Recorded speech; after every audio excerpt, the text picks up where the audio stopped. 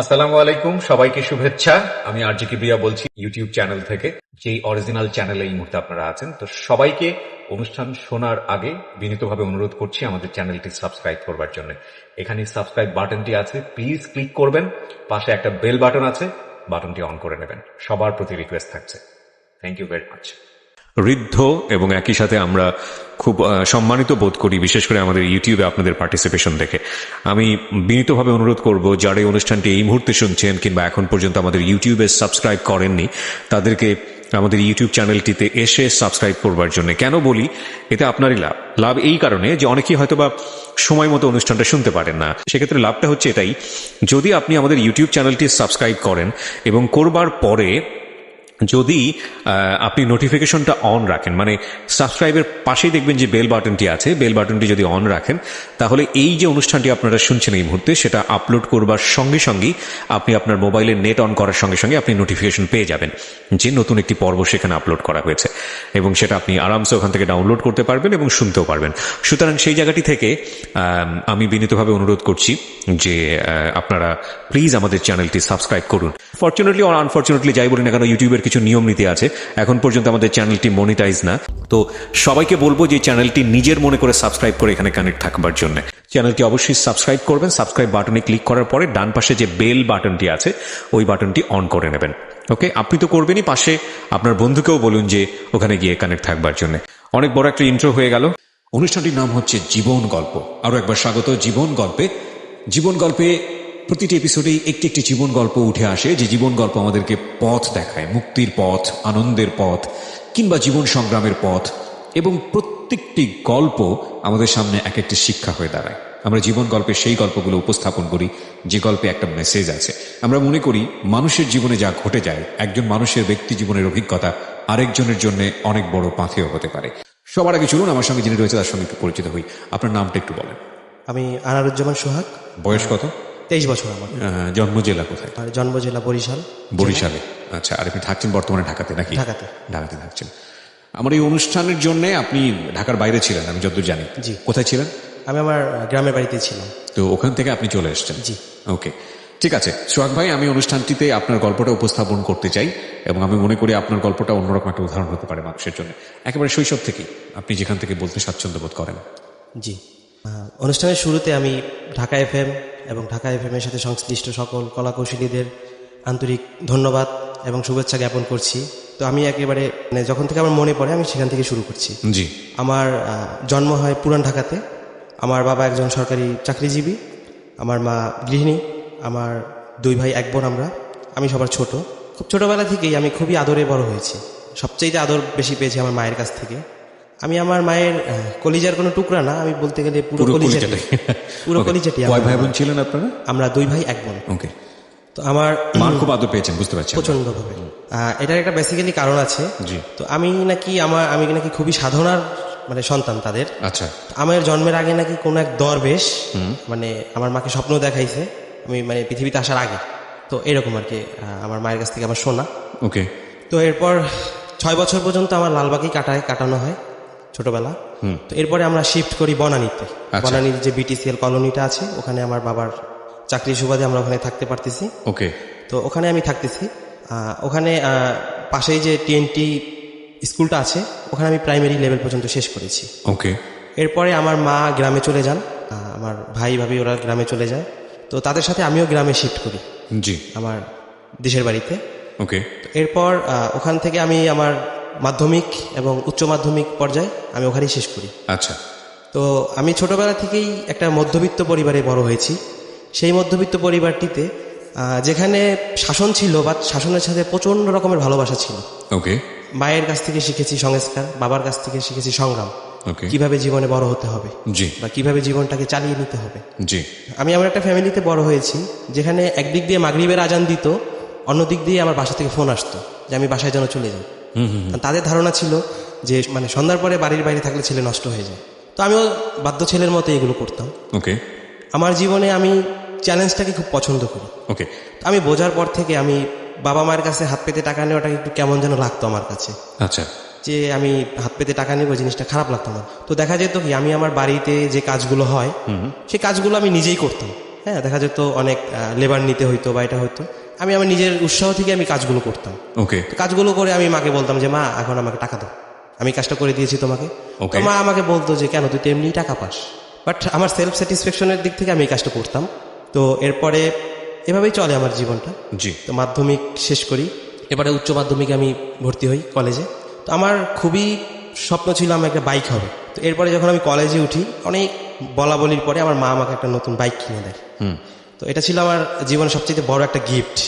তো কলেজে যাই বাইক নিয়ে, তখন আমার বন্ধু বান্ধবের মধ্যে আমার প্রথম আমারই বাইক ছিল। আচ্ছা।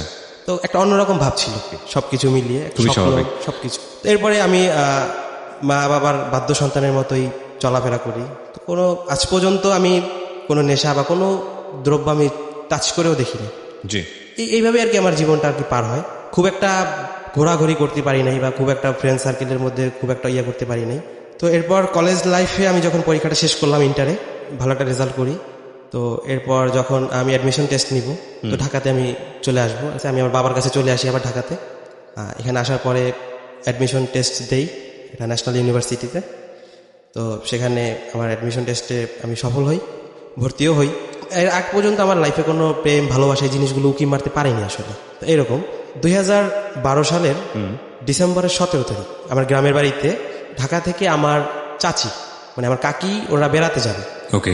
তাদের সাথে আমার কাকি আছে, ওনার ভাইয়ের ওয়াইফ এবং তার মেয়ে, তারাও আর কি আমাদের বাড়িতে বেড়াতে যাচ্ছে। তো এটা আমি আগে থেকে জানতাম। তো আমি প্রতিদিনের মতো বিকাল হয়েছে পরে আমি বের হয়ে গেছি অ্যাজ ইউজুয়াল। সন্ধ্যার সময় আমি বাসায় ঢুকছি, ঢোকার পরে মানে গেটের সামনে দেখতেছি অনেকগুলো জুতো। তখন আমার মনে পড়ে গেল যে আজকে তো কারো আসার কথা ছিল বাড়িতে, বাসায়। হ্যাঁ হ্যাঁ। তো অবশ্যই তারা আসছে, জুতোগুলো দেখে আর কি বুঝতে পারছি। তো এরপর ভিতরে ঢুকলাম। তো ঢোকার পর দেখলাম সবাই বসে আছে, কেউ চা খাচ্ছে, কেউ বিস্কিট খাচ্ছে। তো আমি একটু মানে একটু আনইজি ফিল করলাম। তো আমি দোতলায় চলে গেলাম। আমি ড্রেস আপ চেঞ্জ করলাম, তারপর নিচে নামলাম, সবাইকে সালাম দিলাম। অবশ্যই যাওয়ার আগে সালাম টালাম দিয়ে উপরে গেলাম। তো এরপরে নেমে আসলাম, এরপরে সবার সাথে পরিচিত হলাম, আস্তে আস্তে পরিচিত হলাম। পরের দিন সকালটা একটু অন্যরকম ছিল। অন্যরকম বলতে অন্যরকম কেন বলছেন? আমি ছোটবেলা থেকে মেয়েদেরকে একটু আনইজি ফিল করি। আচ্ছা, অনেক ছেলেই করে সেটা। হ্যাঁ, মানে আমি আনইজি ফিল করি, বাট মিশতে পারি না ওরকম একটা, হ্যাঁ, এরকম একটা ব্যাপার আমার। তো বাসার মধ্যে মানে আমার কাজিন এবং কাজিনের যে বান্ধবী আছে ওরও মানে বোন, তো দুজন আছে। তো এরকম একটু মানে সকালে উঠে ব্রাশ করা, ওকে ফাইন, সবকিছু আনইজি লাগতেছিল। যাই হোক, এরপরে আমার মানে ওরা আমার সাথে বেশ ফ্রি হচ্ছিল আর কি। তো ওরা আমার দিকে মানে খুব কথাবার্তা বলতেছিল, ফ্রি হলো। তো এরপর সন্ধ্যা অ্যাজ ইউজুয়াল মানে আমি সন্ধ্যার সময় আবার বাসায় আসলাম। তো আসার পরে আমি যখন সন্ধ্যার নাস্তা করলাম, তো এরপরে আমার কাজিনের সাথে এবং আমার যে কাজিনের বোন ওর সাথে বেশ লং টাইম কথা হচ্ছে। তো কথার এক পর্যায়ে মানে একটা পাঞ্জা লড়া নিয়ে একটা ব্যাপার, মানে ওদের পাঞ্জা লড়া, যে কার গায়ে শক্তি বেশি এই জিনিসটা প্রুভ করবে। তো আমিও সেখানে পার্টিসিপেট করলাম। তো আমি জাস্ট ওই প্রথম দিনই কোনো মেয়ের হাতটার উপরে ধরলাম আর কি। তো আমার কাজিনের যে বান্ধবী ছিল, তো ও আমার দিকে হাতটা আগিয়ে দিল। আমি ঠিক পাঞ্জাটা ধরলাম, বাট সেই স্পর্শটা ছিল একটু অন্যরকম, গায়ের মধ্যে একটা কিরকম শিহরণ জাগিয়ে তুললো। তো আমি শক্তি থাকা সত্ত্বেও আমি ইচ্ছা করে হেরে গেলাম। কাজিনের সাথে? না, কাজিনের যে সাথে যে বোনটা আসছে। তো ওই যে মেয়েটার সঙ্গে পাঞ্জা লড়ছিলেন, ওনার আপনার এই এজের ছিল নাকি বড় বয়সে? না, ও আমার এজের বিলো ছিল, ছোট। ও তখন ক্লাস 9-এ পড়তো। আমি তখন ইন্টার পরীক্ষাতে শেষ করেছি। মোটামুটি 5 বছরের একটা ব্যবধান আমার মধ্যে। তো সেই মানে প্রথমে আমার দিকে হাতটা আগিয়ে দেয়। তো এরপরে আমি পাঞ্জা লড়ি। তো আমি ইচ্ছা করে হেরে যাই, সে খুব খুশি। তো এরপরে আমরা মোবাইলে গান শেয়ার করি, বেশ ভালো একটা আন্ডারস্ট্যান্ডিং হয়ে গেল। আমার মধ্যে যে জড়তাটা ছিল অনেকটা কেটে গেল। পরের দিন সকালবেলা আমি উঠে যখন বাড়ি থেকে বের হচ্ছি, তখন আমি ওকে জিজ্ঞাসা করলাম যে আমি তো বাজারে যাচ্ছি, তুমি কিছু খাবার নিয়ে আসবো? তো সে একটু ইতস্ততা ফিল করে বললো যে আচ্ছা ঠিক আছে, একটা সফট ড্রিঙ্কস নিয়ে আসতে বললো। আচ্ছা। তো এটা বলার কারণ হচ্ছে, এটা আমি তাকে প্রথম কোনো একটা পানীয় আমি তাকে এনে দিই, সেই ক্যানটা কিন্তু আজ পর্যন্ত সে যত্ন করে রেখে দিয়েছে। তো এরপর এরকম হচ্ছে কথা, এভাবে আমাদের মোটামুটি কনভারসেশন হচ্ছে, এখানে দাঁড়িয়ে সেখানে দাঁড়িয়ে, বাসার মধ্যে ঘুরতে যাচ্ছি, পাশে সামনে। কি নাম ছিল? কবিতা। ওকে। আচ্ছা, কবিতার মতোই ছন্দ। You feel like that actually? Okay, হ্যাঁ। এভাবে চলতে থাকে। তো এরপরে সেদিন ছিল 21শে ডিসেম্বর, শুক্রবার। আমি জুম্মার নামাজটা পড়তে গেলাম। জুম্মার নামাজটা পড়ে আল্লাহর কাছে প্রার্থনা করলাম যে আমি আজকে কাউকে প্রপোজ করব, যে কবিতা। তো মানে আলটিমেটলি কবিতা কি প্রপোজ করবেন? যে ফার্স্ট। তো এরপরে নামাজ পড়ে এসে বেশ ও আমার সিঁড়ির সামনেই দাঁড়ানো ছিল। আমার চোখে সেদিনগুলো এখনো ভাসে। তো আমি ওকে বললাম যে একটু সামনে আসো। আমার বাড়ির সামনে একটা বেঞ্চ আছে, তো ওখানে গিয়ে দাঁড়ালাম। তো আমি ওকে মানে কিভাবে একটা মেয়েকে প্রপোজ করতে হয়, আমি বেশ মানে বলতে গেলে ঘাম ছড়ে গেল আমার শরীর থেকে। জি। যে কবিতা, আমি তোমাকে একটা কথা বলতে চাচ্ছি, তুমি জিনিসটা খারাপভাবে নিও না। আমার মধ্যে একটা ভয় ছিল যে ও যদি আমাকে না বলে দেয় তাহলে হয়তো আমার সম্মানের জায়গাটাই নষ্ট হয়ে যাবে। সামহাউ আমার যে কাজিনটা ছিল আমাকে হেল্প করে যে আপনি ওকে পছন্দ করেন, এই তো। আমি বললাম যাক, তুমি আমাকে অনেকটা ইজি করে দিলে। এরপরে মানে অনেকটাই কথা হলো। তো প্রথম দিনই আমার অনেকটা অ্যাডভাইস ছিল যে দেখো, এটা আমার ফার্স্ট লাভ, তুমি কিন্তু আমাকে যদি ভালোবাসো তো সারা জীবনে হাত ধরে থাকতে হবে। এটা কি মানে ও বলছিল? আমি বলছি ওকে। আপনি বলছিলেন, ওকে। বাট তুমি যদি মনে করো যে না আমি সারা জীবন থাকবো না, তাহলে এখনই বলে দাও, সামান্য কষ্ট পাবো, হয়তো ভুলে যাবো, বাট একটা সম্পর্কটা নষ্ট হবে না, ভালো থাকবে। ও বললো আচ্ছা ঠিক আছে, আমি সন্ধ্যার সময় আপনাকে জানাবো। Okay fine. তো আমি অ্যাজ ইউজুয়াল সন্ধ্যার সময় বাসায় আসি। তো এরপর সে বললো হ্যাঁ আমি রাজি। এই তো এরপরেই মানে নতুন একটা স্বপ্ন, নতুন একটা পথ চলা, নতুনভাবে জীবনটাকে সাজানো, নতুন স্বপ্ন, অনেক কিছু।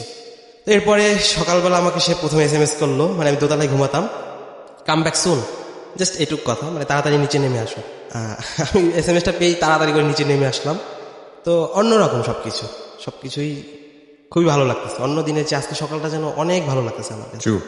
The first feeling of love is really amazing, cause এটা বয়সের দিক থেকে যদি প্রথম হয় তাহলেও এটার ফিলটা অসাধারণ থাকে, আর এটা যদি অল্প বয়সে হয় বা ফার্স্ট লাভ হয় তাহলে এইটার অনুভূতি জীবনে কখনো আর কাম ব্যাক করে না, সে যত লাভই হোক না কেন। জি, এটা দিস ইজ অ্যাবসলিউটলি ট্রু। বলেন। তো এরপরে এভাবে চলতে থাকে। তো ওরা 24 তারিখে চলে যাবে। তো 24 তারিখে চলে আসলো। আমার মনের মধ্যে একটা কিরকম অশান্তি শুরু হয়ে গেল, কেউ চলে যাবে। তো সকালবেলা ওরা চলে যাবে, আমি বাস স্ট্যান্ড পর্যন্ত ওদেরকে আগে দিয়ে আসবো। তো ওরা আগে গেল, আমি বাইক নিয়ে পিছন পিছন গেলাম। তো গাড়িটা আসতে যতক্ষণ লেট হলো, রাইট, এই প্রশ্নটা আমাদেরও আছে। এবং হিন্দু দ্বারা ধর্মে গেছে মিষ্টি কেনার জন্য। জি। তো ততক্ষণ আমরা পাশাপাশি বসেছিলাম, একটা ব্যাগ ছিল, সেই ব্যাগের নিচ দিয়ে আমাদের দুজনের হাত দুজনে ধরেছিলাম আমরা লং টাইম। তো বুঝতে পারিনি জিনিসটা। তো এরপরে গাড়ি আসলো, আমি ওকে বিদায় দিলাম। ফার্স্ট ফিলিং যে জীবনে কারোর জন্য এত কষ্ট হচ্ছে, আমার ওকে বিদায় জানাতে আমার এত কষ্ট হচ্ছে কেন। তো অ্যাজ ইউজুয়াল ওকে সিটে বসিয়ে দিলাম, ওর মাকে, আমার কাকিকে পা ধরে সালাম করলাম, সবার কাছ থেকে বিদায় নিলাম। তো তারা তখন পর্যন্ত বুঝতেছে না যে আমাদের মধ্যে এরকম সামথিং চলছে কিছু। রাইট। তো বিদায় দিলাম, খুব কষ্ট হলো, চলে গেল। এরপরে ঢাকা গিয়ে ওর মতো আছে, আমি আমার মতোই আছি। তো এখন আপনি বরিশালে? তখন আমি বরিশালে। ওকে। তখন আমাদের কনভারসেশনটা হচ্ছে ফোনে, ওর আম্মুর পার্সোনাল ফোনটা ইউজ করতো, ওর কাছেই থাকতো সবসময়। রাইট। তো ঢাকায় গিয়ে ফোন দিল আপনাকে? হ্যাঁ, এর আগে আমি ফোনটাকে খুব বোরিং ফিল করতাম। হ্যাঁ, আমার ফোনটা বেশিরভাগ সময় সাইলেন্ট থাকে, খুব একটা প্রয়োজন হয় না আমার ফোন ইউজ করা। ওকে। তো এখন যেন কেন আমার ফোনটা প্রচণ্ড প্রয়োজন সব সময়, মানে সব কিছুতেই আমার ফোনটা আগে লাগবে। গোসল করতে গেলে আমি বাথরুমে নিয়ে যাচ্ছি, কখন ফোন দিয়ে ফেলবে, এরকম একটা ব্যাপার আর কি। তো ওর নামটা আমি সেভ করে রেখেছি, তখন আমি রবি সিম ইউজ করতাম 8383 দিয়ে। যে মেসেজ আসুক আর ফোন আসুক, আমার প্যারেন্টস মনে করবে যে কোম্পানি থেকে ফোন দিছে। ওকে। 8383 থেকে তখন মেসেজ আসতো কোম্পানির। তো এরপরে তো আমি ঢাকায় যাব, আমরা ওদের বাসায় গেলাম বেড়াতে। তো ততদিনে কিছুটা ওরা আন্দাজ করতে পারছে যে আমাদের মধ্যে কিছু একটা আছে। জি, এরপরে আমি ওদের বাসাতে যাই। এতদিনে ওরা কিছুটা বুঝতে পেরেছে যে আমাদের মধ্যে সামথিং চলছে। নইলে এরকম কেন হচ্ছে? হ্যাঁ, সামথিং চলছে। এটা ক্লাস 9-এ পড়তো তো? হ্যাঁ, কবিতা ক্লাস 9-এ পড়তো বাসায়। জি। আমার কাকির বাসায় যাই, ওদের বাসা আর আমার কাকির বাসা হচ্ছে পাশাপাশি। ওকে।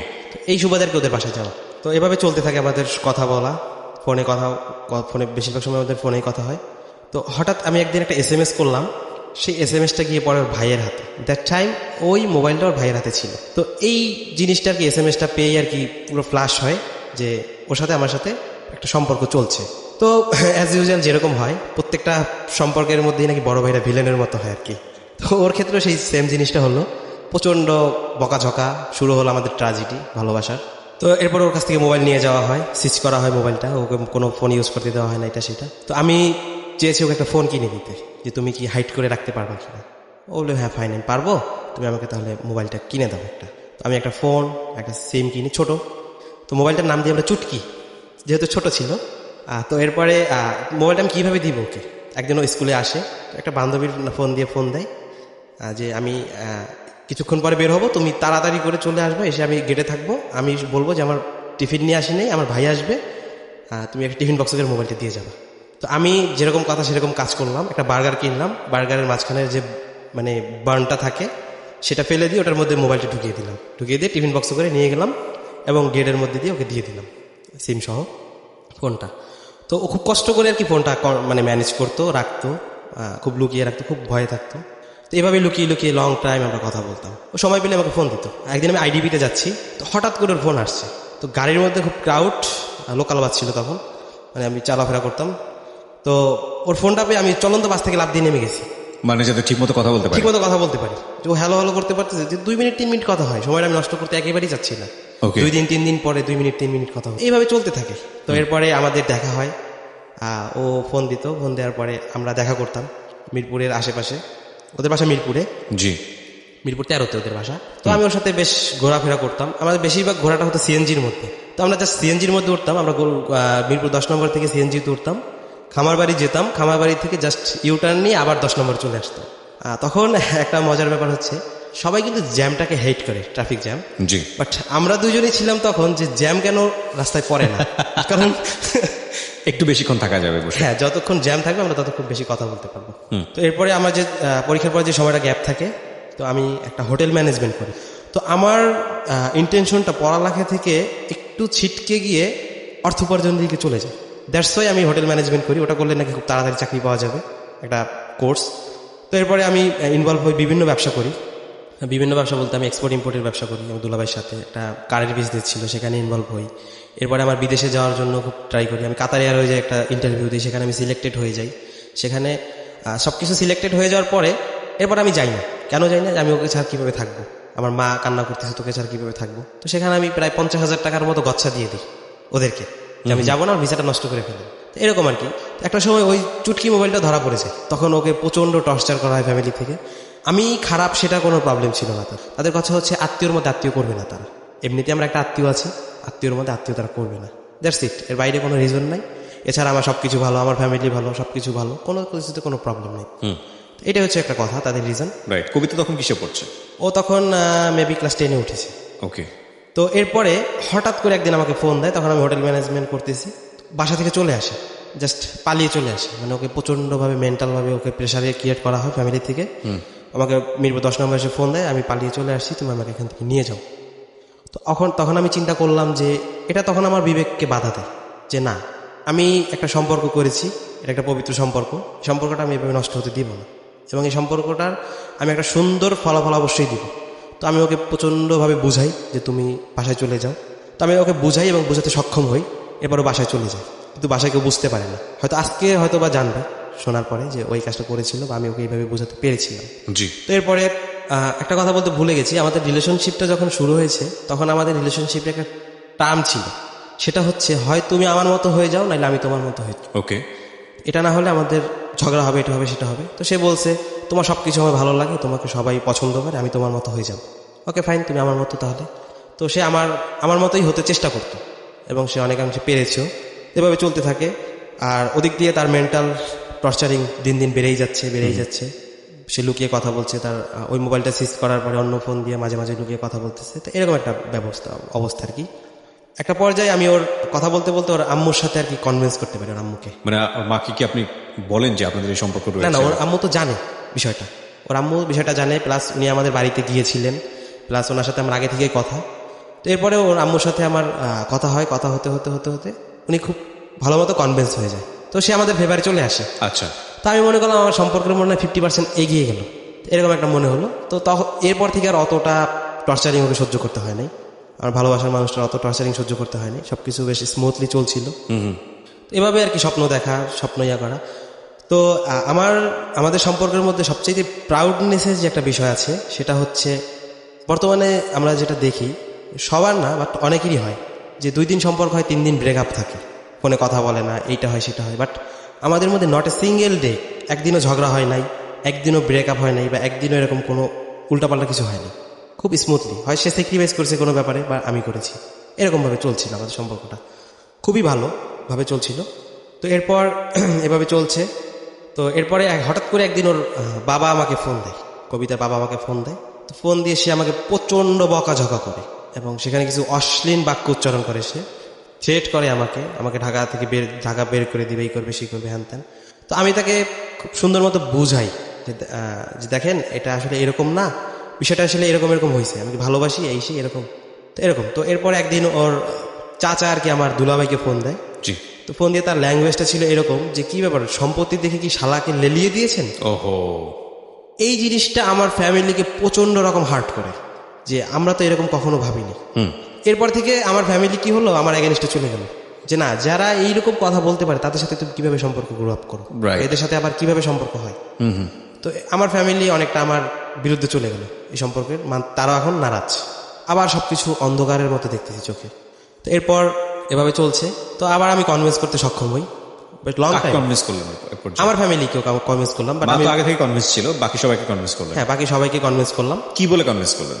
মানে আমি বললাম যে ভালো, আমি ওকে ছাড়া থাকতে পারবো না, বা আমার মেন্টাল অবস্থা দেখে বা আমার মনটা খারাপ থাকতো, এই জিনিসগুলো আসলে কেউ সহ্য করতে পারতো না, আমার কষ্টে থাকাটা কেউ আসলে পছন্দ করতো না, সহ্য করতে পারতো না। তো অ্যাকচুয়ালি তারা আসলে এই জিনিসটা ওইভাবে আবার নর্মাল ভাবে মেনে নিয়েছে। তো আমি তাদেরকে একটা ভাবে বুঝ দিলাম যে দেখো, প্রত্যেকটা বাবাই চায় তার মেয়েকে ভালো একটা জায়গায় বিয়ে দিতে, প্রেম ভালোবাসা এগুলো চায় না, হয়তো ওর বাবা ওই জায়গা থেকে কথাগুলো বলেছে, তুমি জিনিসগুলো মাইন্ড করো না, এরকম ভাবে আমি বুঝাই আর কি, ওদের পক্ষ নিয়ে আর কি বুঝাই কথাগুলো, এরপর বোঝে কথাগুলো।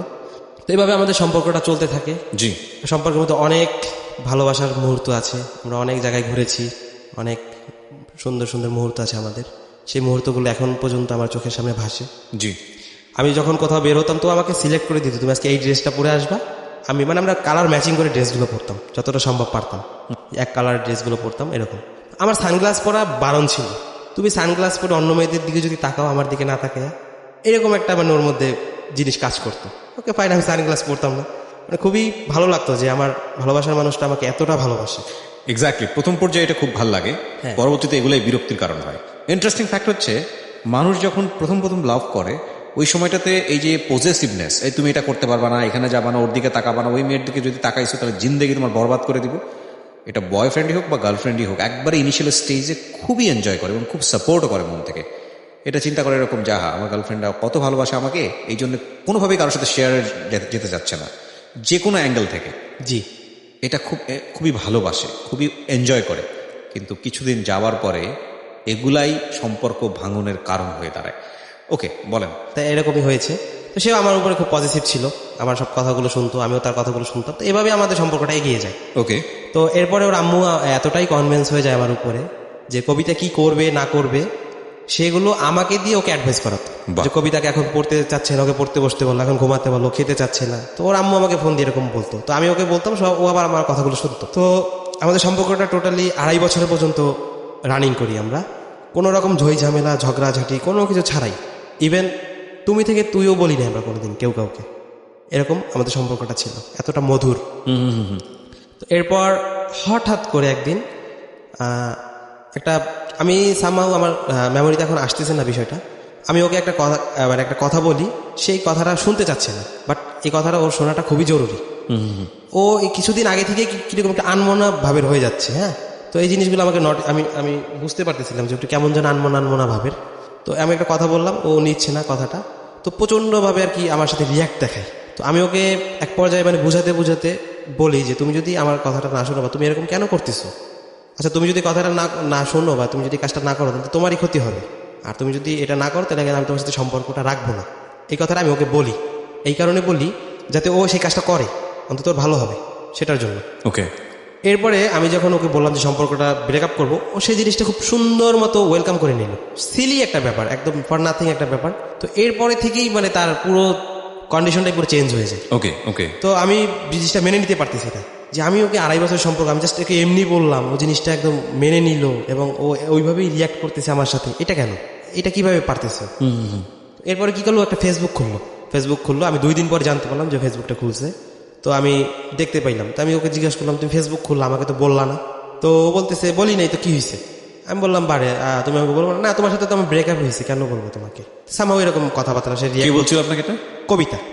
ওকে। হ্যাঁ, আমি বলছি কই ব্রেকআপ হয়েছে, আমরা তো প্রতিদিন কথা বলতেছি, সবকিছুই ঠিক আছে, তুমি সে না এরকম উল্টাপাল্টা করতেছো, মানে অ্যাভয়েড করতেছ আপনাকে? অ্যাভয়েড করতেছে। বাট আমি জিনিসটা মেনে নিতে পারছি না যে কেন শুধু একটা সামহাউ একটা কথা, ঠিক আছে, তো এটার জন্য এইরকম হতে পারে না জিনিসটা। তো এরপর এভাবে চলতে থাকে। তো আমি তাকে ফোন দিলে বিজি পাইতাম, এটা পাইতো, সে আমাকে বিভিন্নভাবে অ্যাভয়েড করতো, বিভিন্ন উল্টাপাল্টা বুঝাইতো। তো হঠাৎ করে এরপর আমি তার ফেসবুকে অ্যাড ফ্রেন্ড হই। তো আমি ওকে বলি যে তুমি কি আছে তোমার ফেসবুকের পাসওয়ার্ডটা দাও, এটা আমি তাকে বলি।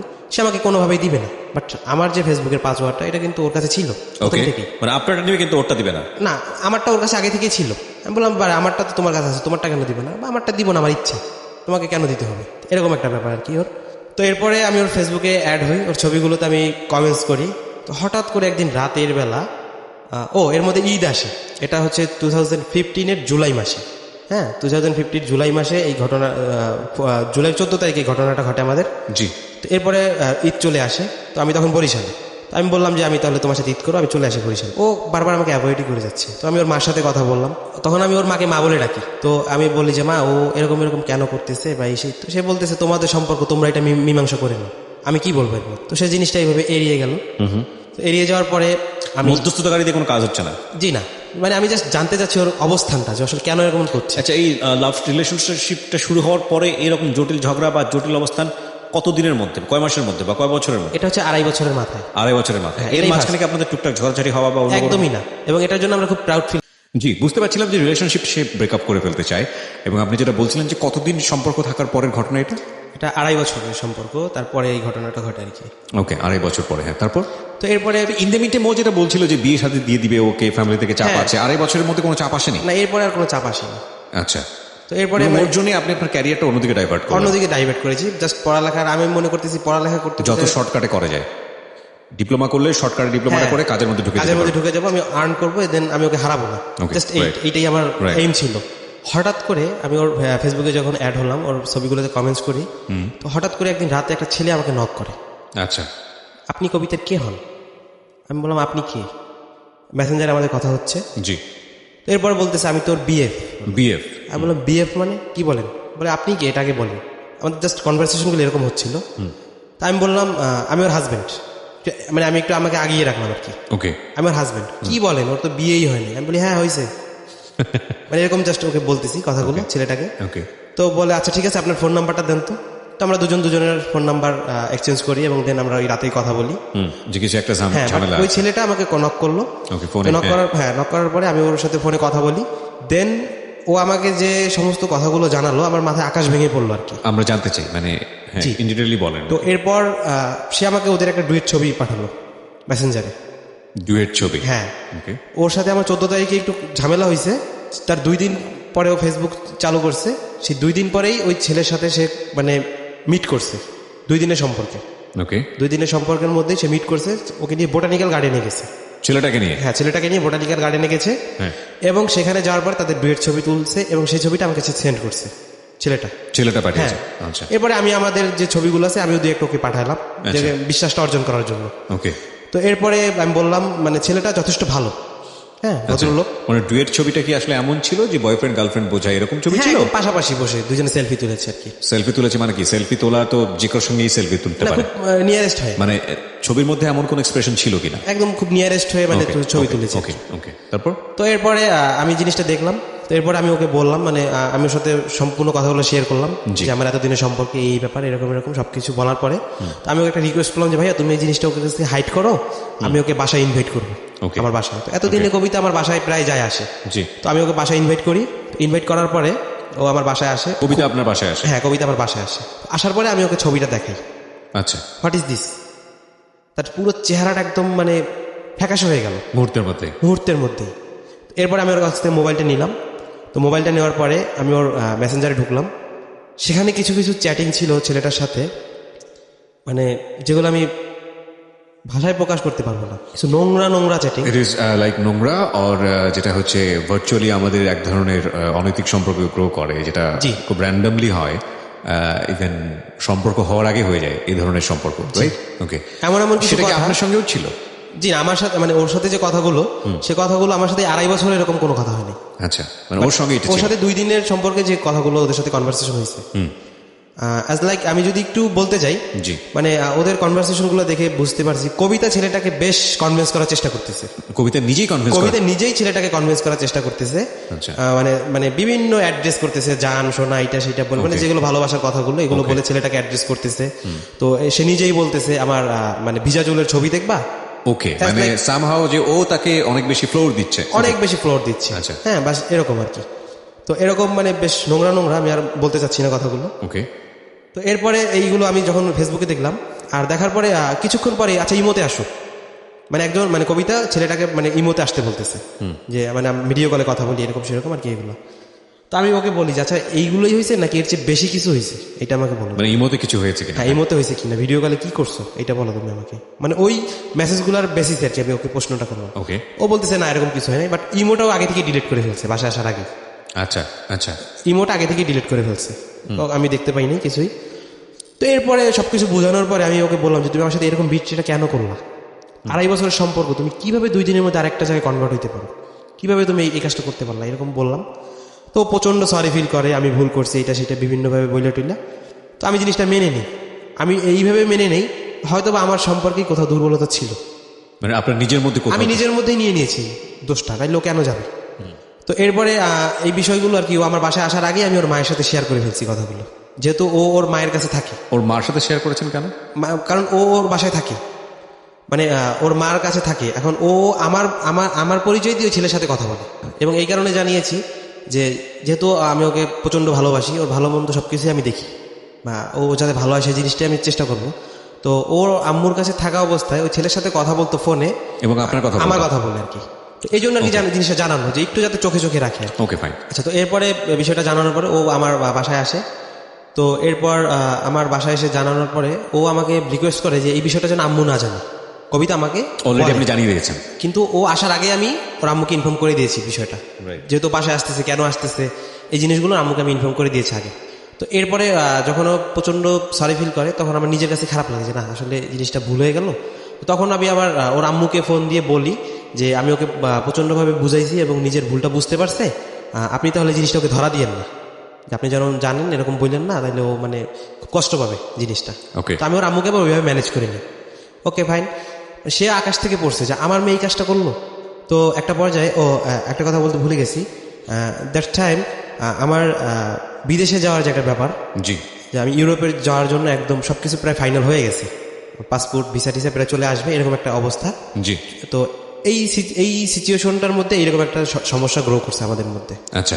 তো এরপর ওর আম্মুর সাথে আমি বেশ লং টাইম ওই দিন কথা বললাম। তো এক কথায় দুই কথায় বলতে বলতে সে আমাকে বললো যে ঠিক আছে, তাহলে তুমিও তো বিদেশ চলে যাচ্ছ, তাহলে তুমি যাওয়ার আগে ও যেহেতু এরকম পাগলামি করতেছে, তাহলে তুমি একটা বিদেশে যাওয়ার আগে একটা কিছু করে যাও ওকে। আচ্ছা। কিছু করে যাও বলতে হয়তো লাইক রিং পরিয়ে যাও অথবা এরকম কিছু একটা।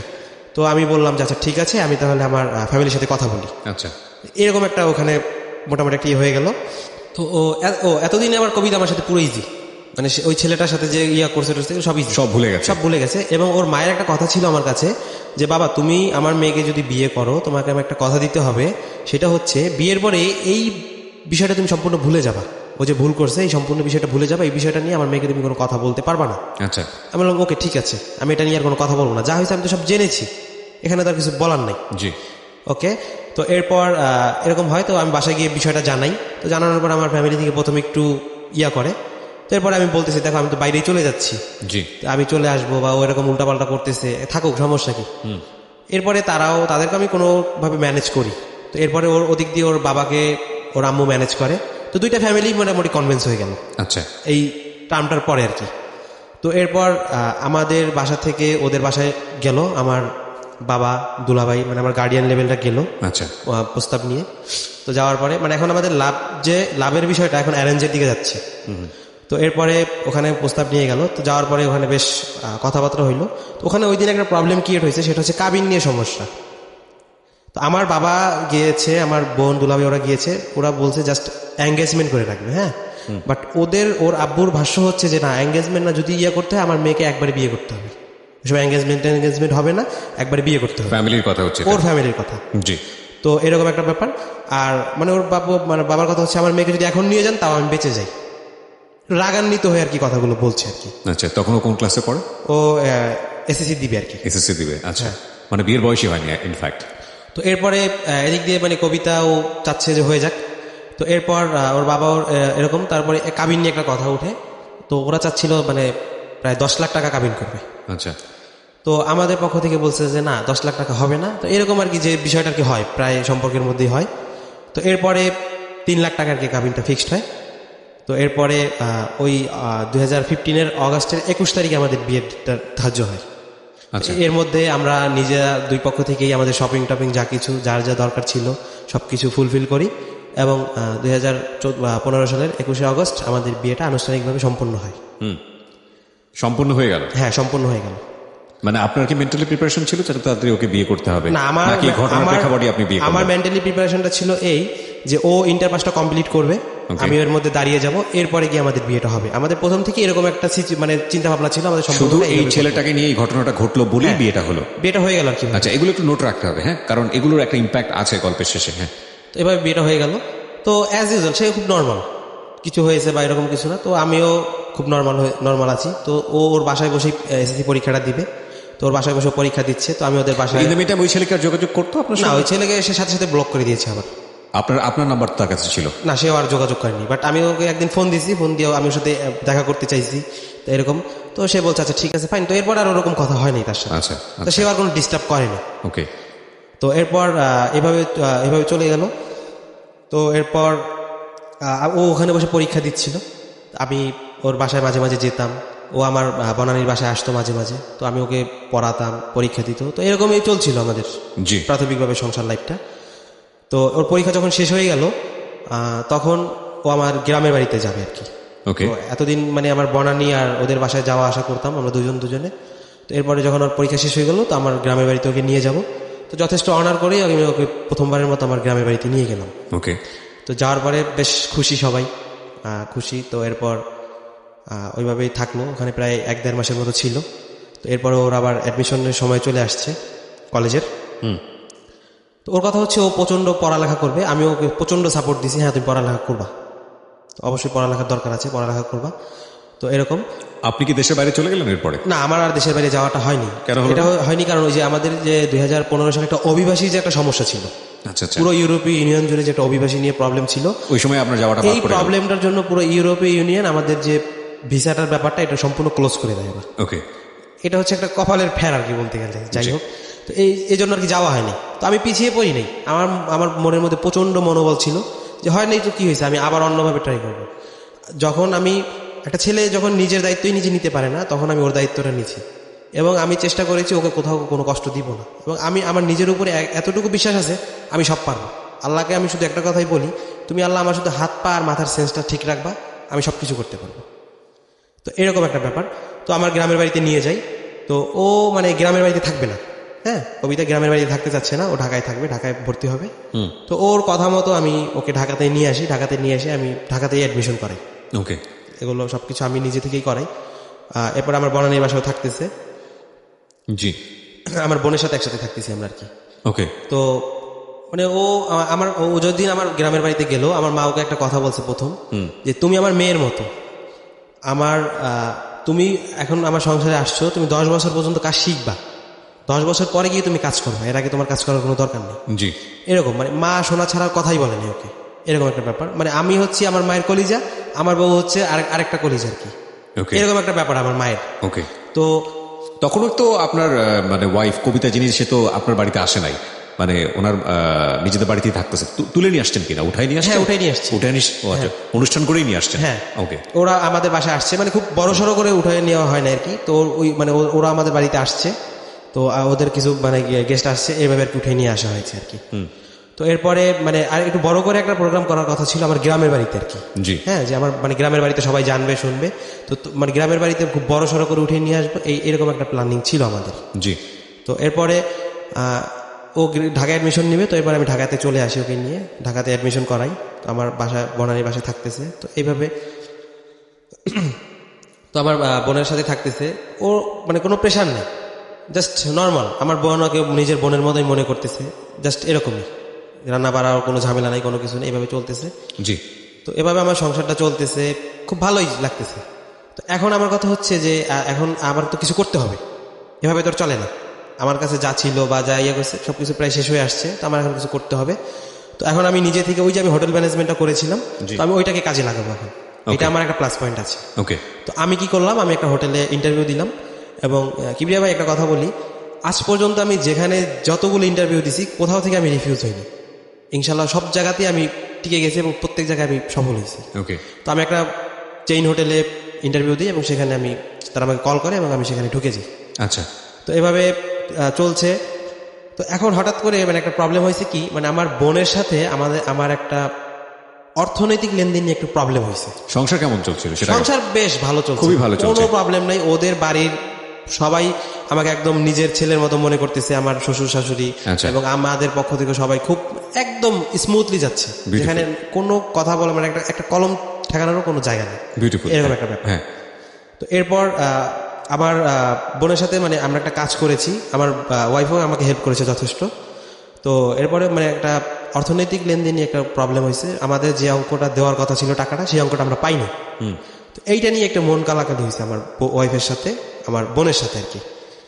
বেসিক্যালি পরে আমি জানতে পারছি বিষয়টা, যে আমার বোনও মানে যেখান থেকে টাকাটা পাওয়ার কথা সেখান থেকে ফুল টাকাটা পায়নি, যার জন্য আমাদেরকেও সে পেমেন্টটা করতে পারেনি। ওকে, মানে অ্যাকচুয়ালি এটা আমার বোনের জামাই আর কি। ওকে। তো এরপরে সে তার বাসায় চলে যায়। তো এর মধ্যে আমার মা আসে গ্রাম থেকে আর কি। গ্রাম থেকে আসে, সে প্রচণ্ড সিক, অসুস্থ হয়ে যায়, তাকে ঢাকায় ডাক্তার দেখাই।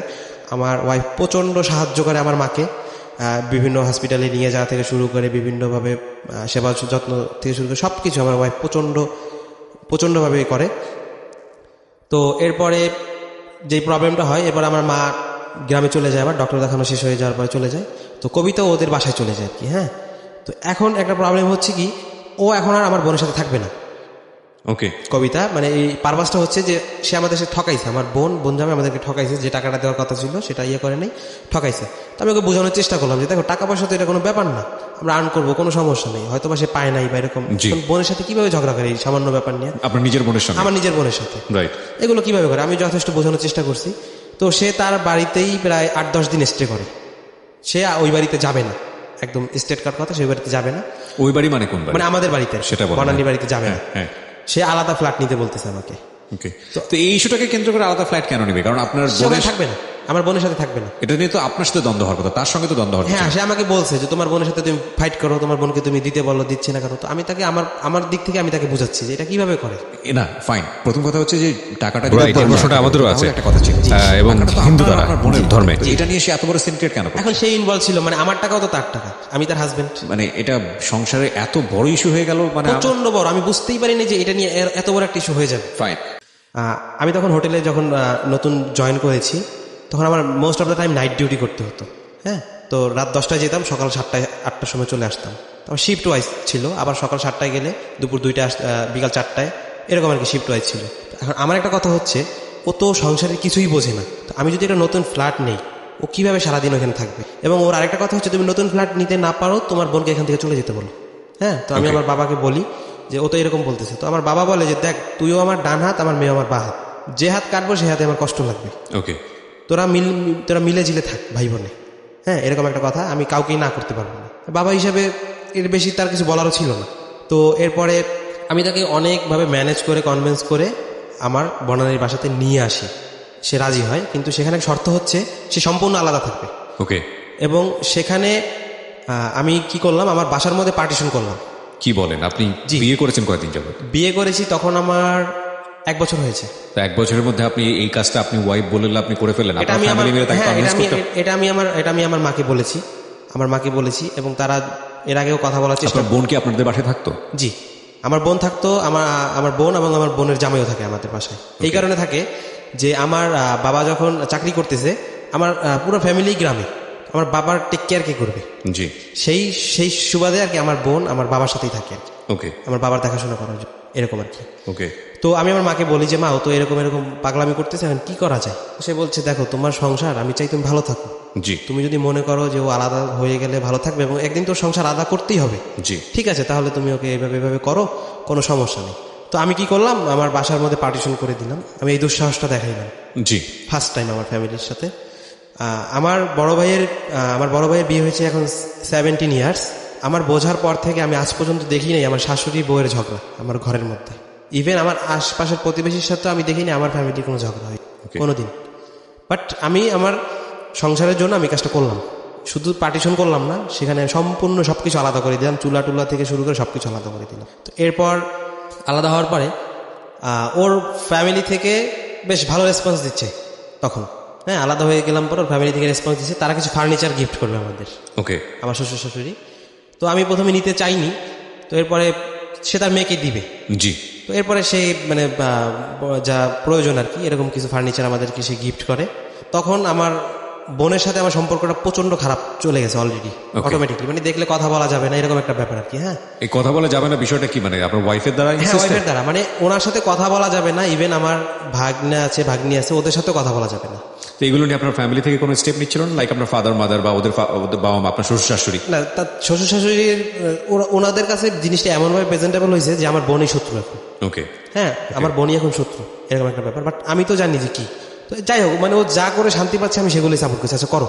জি। 2017 জানুয়ারি 7 তারিখ থেকে আমাদের আলাদা সংসার শুরু করি। আমার পুরো সংসারটাকে সাজাই। একটা ছোট ঘর ছিল। আপনি তখন জব করতেন? হ্যাঁ, আমি তখন জব করি কন্টিনিউ। ওকে। সেই ঘরটুকুর মধ্যে আমার ফার্নিচারগুলো রাখি। প্রত্যেকটা কর্নারে আমার প্রচন্ড স্বপ্ন বোনা ছিল। আমরা দুজনে মিলিয়ে আমার প্রচুর ঘরটাকে সাজাই। তো একটা সময় মনে হয় থাক, যা হয়েছে ও তো ভালো আছে, কোনো সমস্যা নেই। ও রান্না বাড়া কিছুই পারতো না করতে। তো আমি জব করতাম, সেই নাইট ডিউটি করতাম, আমি নিজে বাজারে যেতাম, বাজার থেকে আসতাম। আপনি নিজে রান্না করতেন? আমি নিজে রান্না করতাম। আর তোমার বাবা মা কি করতো? আমার বাবা মা তো গ্রামে থাকতো। ও আচ্ছা, ওনারা গ্রামে থাকতো। ওনারা গ্রামে চলে আপনারা গেছে। ভাই বোন মিলে ছিলেন আলটিমেটলি? আমরা ভাই বোন মিলে ছিলাম ঢাকাতে? হ্যাঁ, ঢাকাতে। তো আপনার বোন পাশাপাশি জামাই কি করতো? ওখানেই থাকতো? হ্যাঁ, আমার বোন জামাই অ্যাম্বাসিতে চাকরি করে। তো একই সাথে থাকতো? একই সাথে থাকতাম আর কি। তার মাঝখানে আবার এরকম পার্টিশন? হ্যাঁ, মানে এই ঘরের মধ্যেই পার্টিশন দিয়ে দিতে হয়েছে আমার। ছি ছি ছি ছি ছি, লুক ভেরি অড। কিছু করার নাই। তো মানে আমি কিন্তু আলাদা ফ্ল্যাট নিতে পারতাম, শুধু নেইনি এই কারণে যে আমি যখন নাইট ডিউটি করবো, আমি বাইরে থাকবো, তখন ওর কি অবস্থাটা হবে। একা একটা মেয়ে কি করবে ঘরে বসে। ওকে ওকে, এই বুঝতে জিনিসটা পেরেছি। চিন্তা করে আমার বোন চলে যেতে চাইছে, যে আমি চলে যাইতে হলে।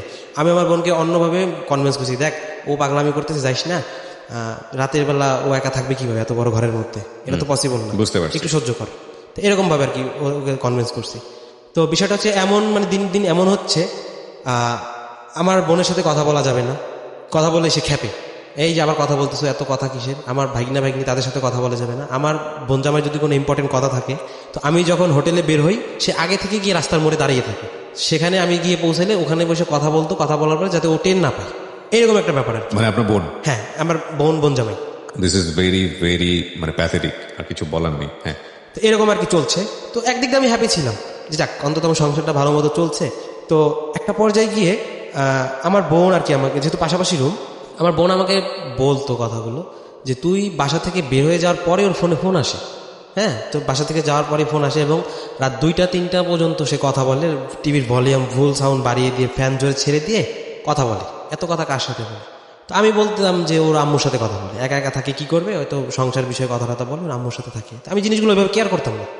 আমি প্রচণ্ড অন্ধভাবে ভালোবাসি ওকে, যার জন্য আমি কিছুই কেয়ার করতাম না এগুলো, যে কথা বলুক, সমস্যা নেই। তো ও কলেজে যাচ্ছে, ওর কলেজের ফিটি থেকে শুরু করে ওর কোচিং করবে, কোচিংয়ের ফিটি থেকে সব কিছু আমি মানে বহন করতেছি। প্লাস আমি আবার নতুন করে যে পড়ালেখা থেকে ছিটকে গেলাম, আমি আবার লাইফটাকে আবার নতুন করে সাজাচ্ছি। আমি নতুন করে আবার অ্যাডমিশন নিলাম।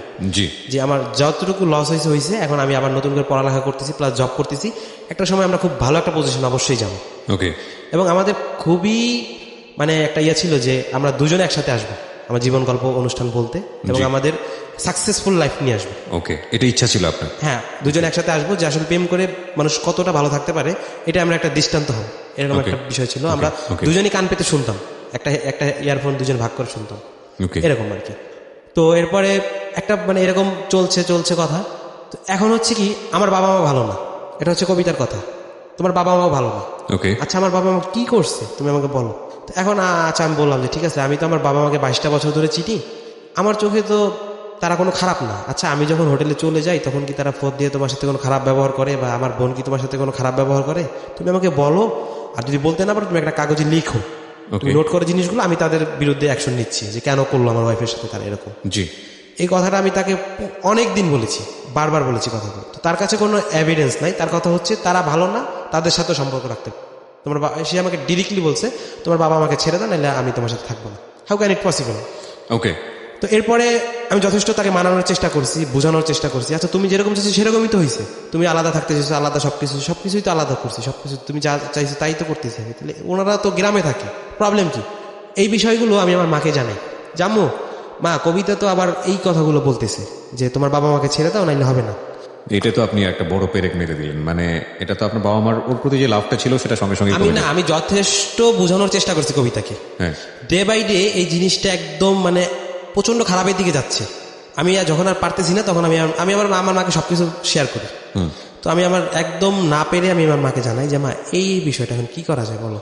মানে আমার মা ফোন দিলে গ্রাম থেকে মানে সে চাইতে যেত, আচ্ছা এত ফোন দেওয়া লাগে কিসে, এত কথা। ইভেন আমি যখন গ্রামের বাড়িতে যাইতাম, তখন অনেকদিন পর গেলে আমি বলছি আগেই আমার মায়ের খুব আদরের।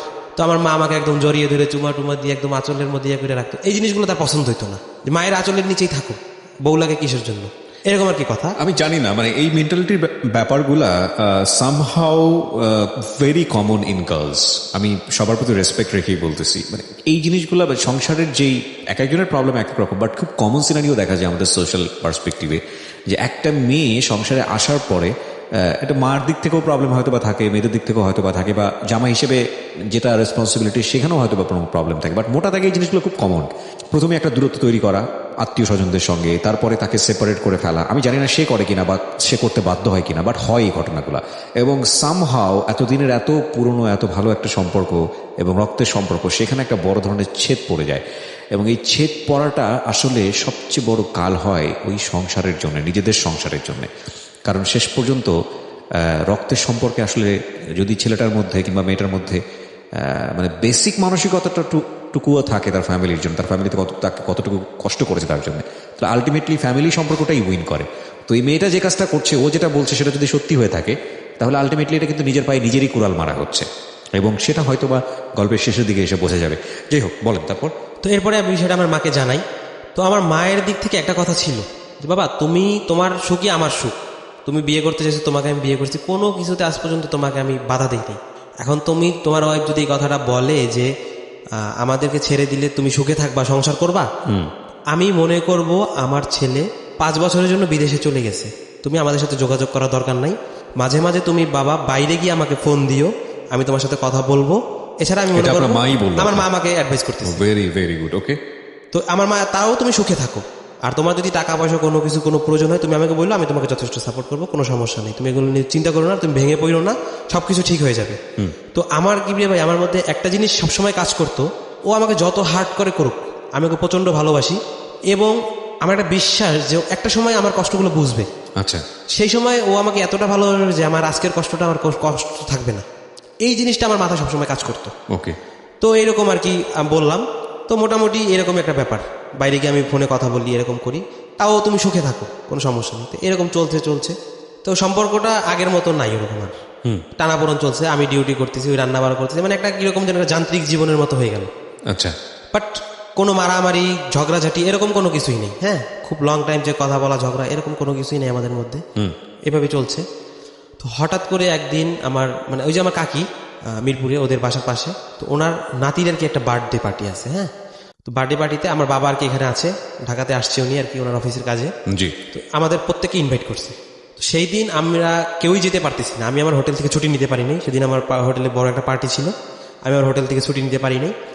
আর আমার বাবাও মানে অসুস্থ, সেও যেতে পারবে না, সে মানে ম্যানেজ করছে। তো এখন সে যাবেই ওই পার্টিতে। আচ্ছা। কারণ তার বাবা মা ওখানে ইনভাইট হয়েছে, তার বাবা মার জন্য যাবে। আমি বলি দেখো, তোমার এখন বিয়ে হয়েছে, তোমার হাজবেন্ড ওখানে যেতে পারতেছে না, তোমার শ্বশুর যেতে পারতেছে না, কেউ যেতে পারতেছে না, তুমি এখান থেকে গেলে খারাপ দেখা যায় জিনিসটা।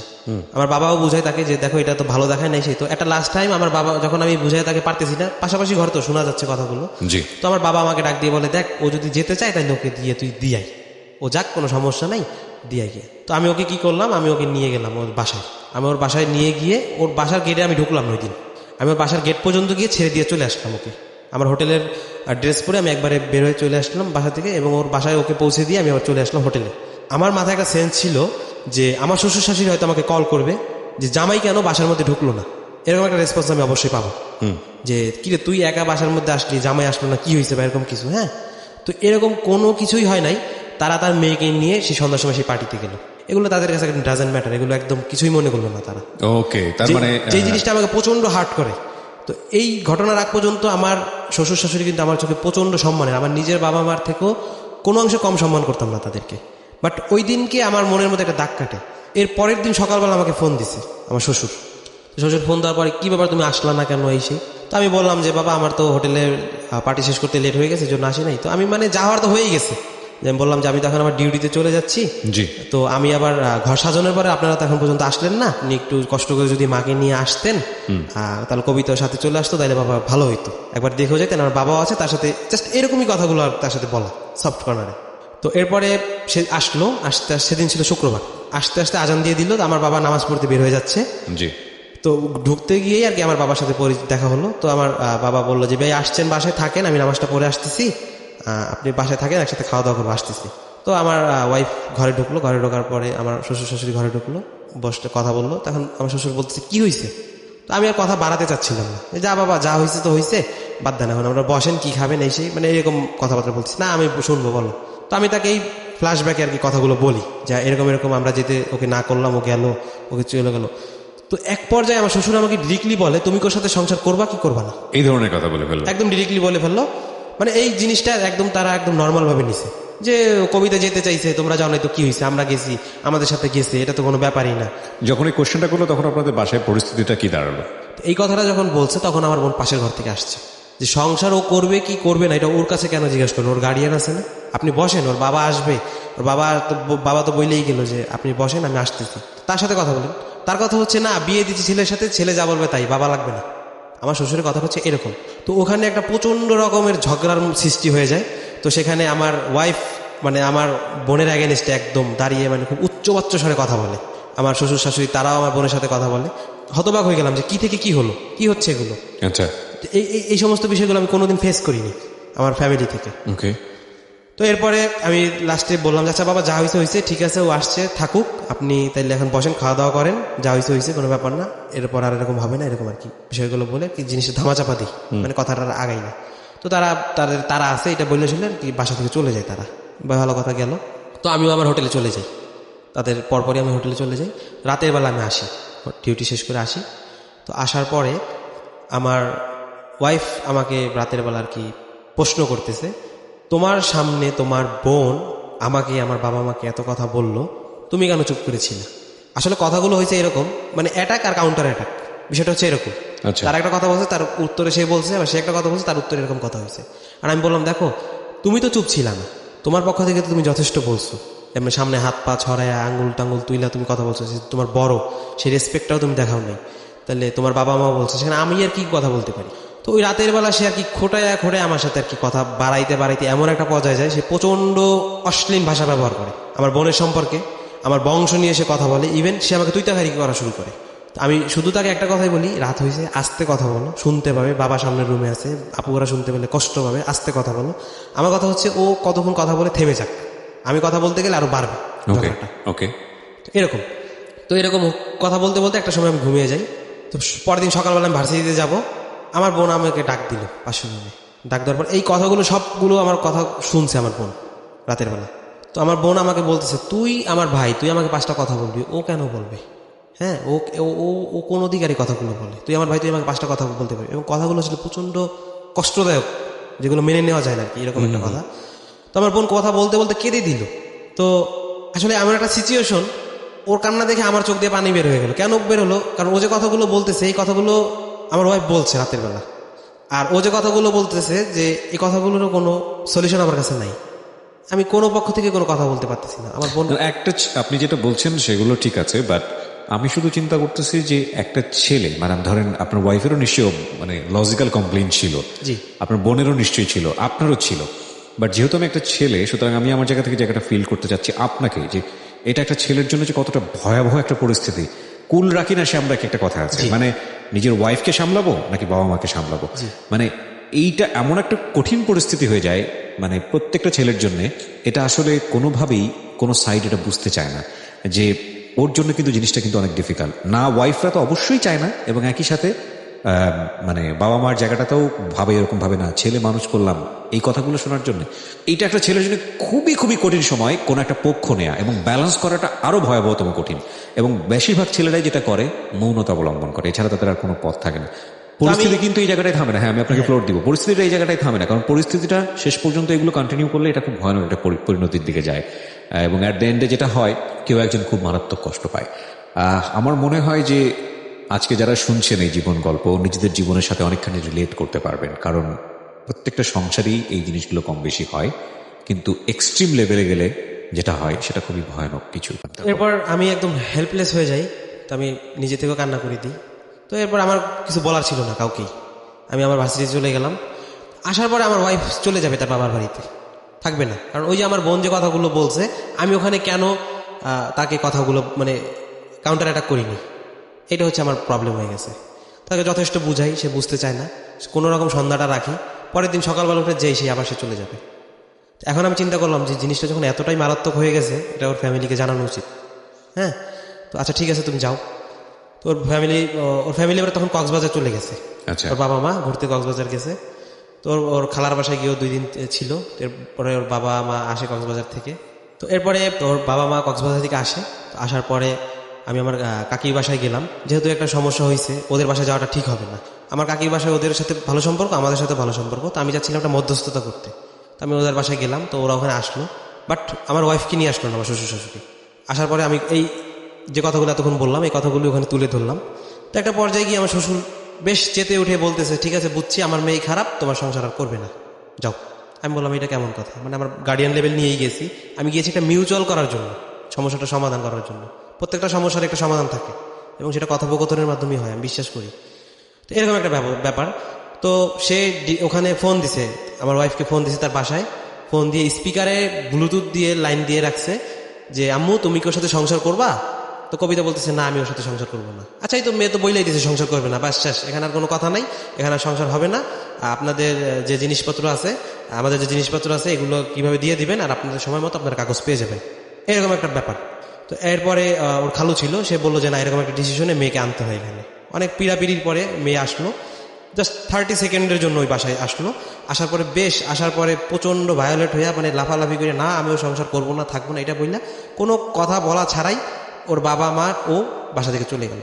ওই বাসা থেকে মানে ওখানে আমরা পুরো বোল্ড আউট হয়ে গেলাম আমরা সবাই, কোনো কিছুই কাজ হলো না। তারপর ওখান থেকে চলে আসলাম। পরের দিন সকালবেলা আমি নিজ দায়িত্বে আমি চলে গেলাম আমার শ্বশুর বাড়িতে। যখন দেখলাম যে আমার ফ্যামিলি নিয়ে কাজ হলো না, তখন আমার মনের মধ্যে একটা ভয় ঢুকে গেল যে একটা ভয়াবহ দিক যাচ্ছে জিনিসটা। তো আমি শ্বশুর বাড়িতে ঢোকার পরে দেখলাম সে বসে আছে আমার শাশুড়ির সাথে, সে ট্যাবে আছে।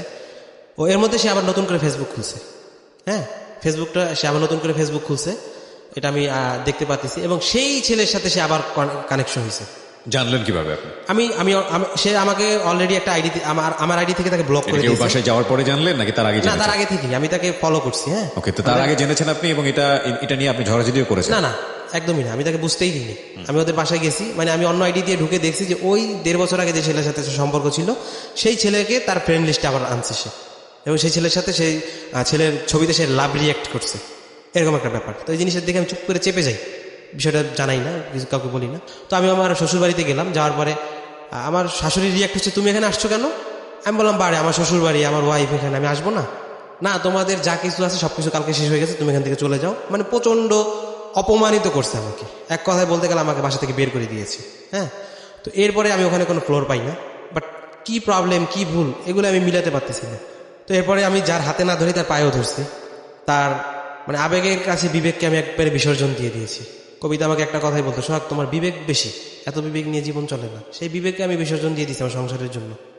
তো এরপরে আমি ওর মানে আমার ধরলেন শাশুড়ি, মানে ঠিক হাত দিয়ে পা ধরার মতো না, আমি তাদের প্রচণ্ড রিকোয়েস্ট করি। এরপরে ওদের যারা আত্মীয় স্বজন আছে প্রত্যেককে আমি এমনভাবে রিকোয়েস্ট করি, মানে যার সাথে হাতে না ধরি তার পায়ে ধরেও বলতে গেলে ওরকমভাবে আমি তাদেরকে রিকোয়েস্ট করি যে আপনারা আমার সংসারটাকে অন্তত বাঁচায় দেন, ওদেরকে বোঝান, এই করেন সেই করেন, এরকম আর কি। তো কোনো কাজ হয় না, ঠিক আছে সময় নিল, দেখবে তারা এই করবে সেই করবে এরকম। আমি যেদিনকে ওদের বাসায় গেলাম সেদিন সন্ধ্যার সময় কি করছে, আমার ওয়াইফ গিয়ে থানায় গিয়ে জিডি করছে আমার নামে। জিডিতে কি ছিল?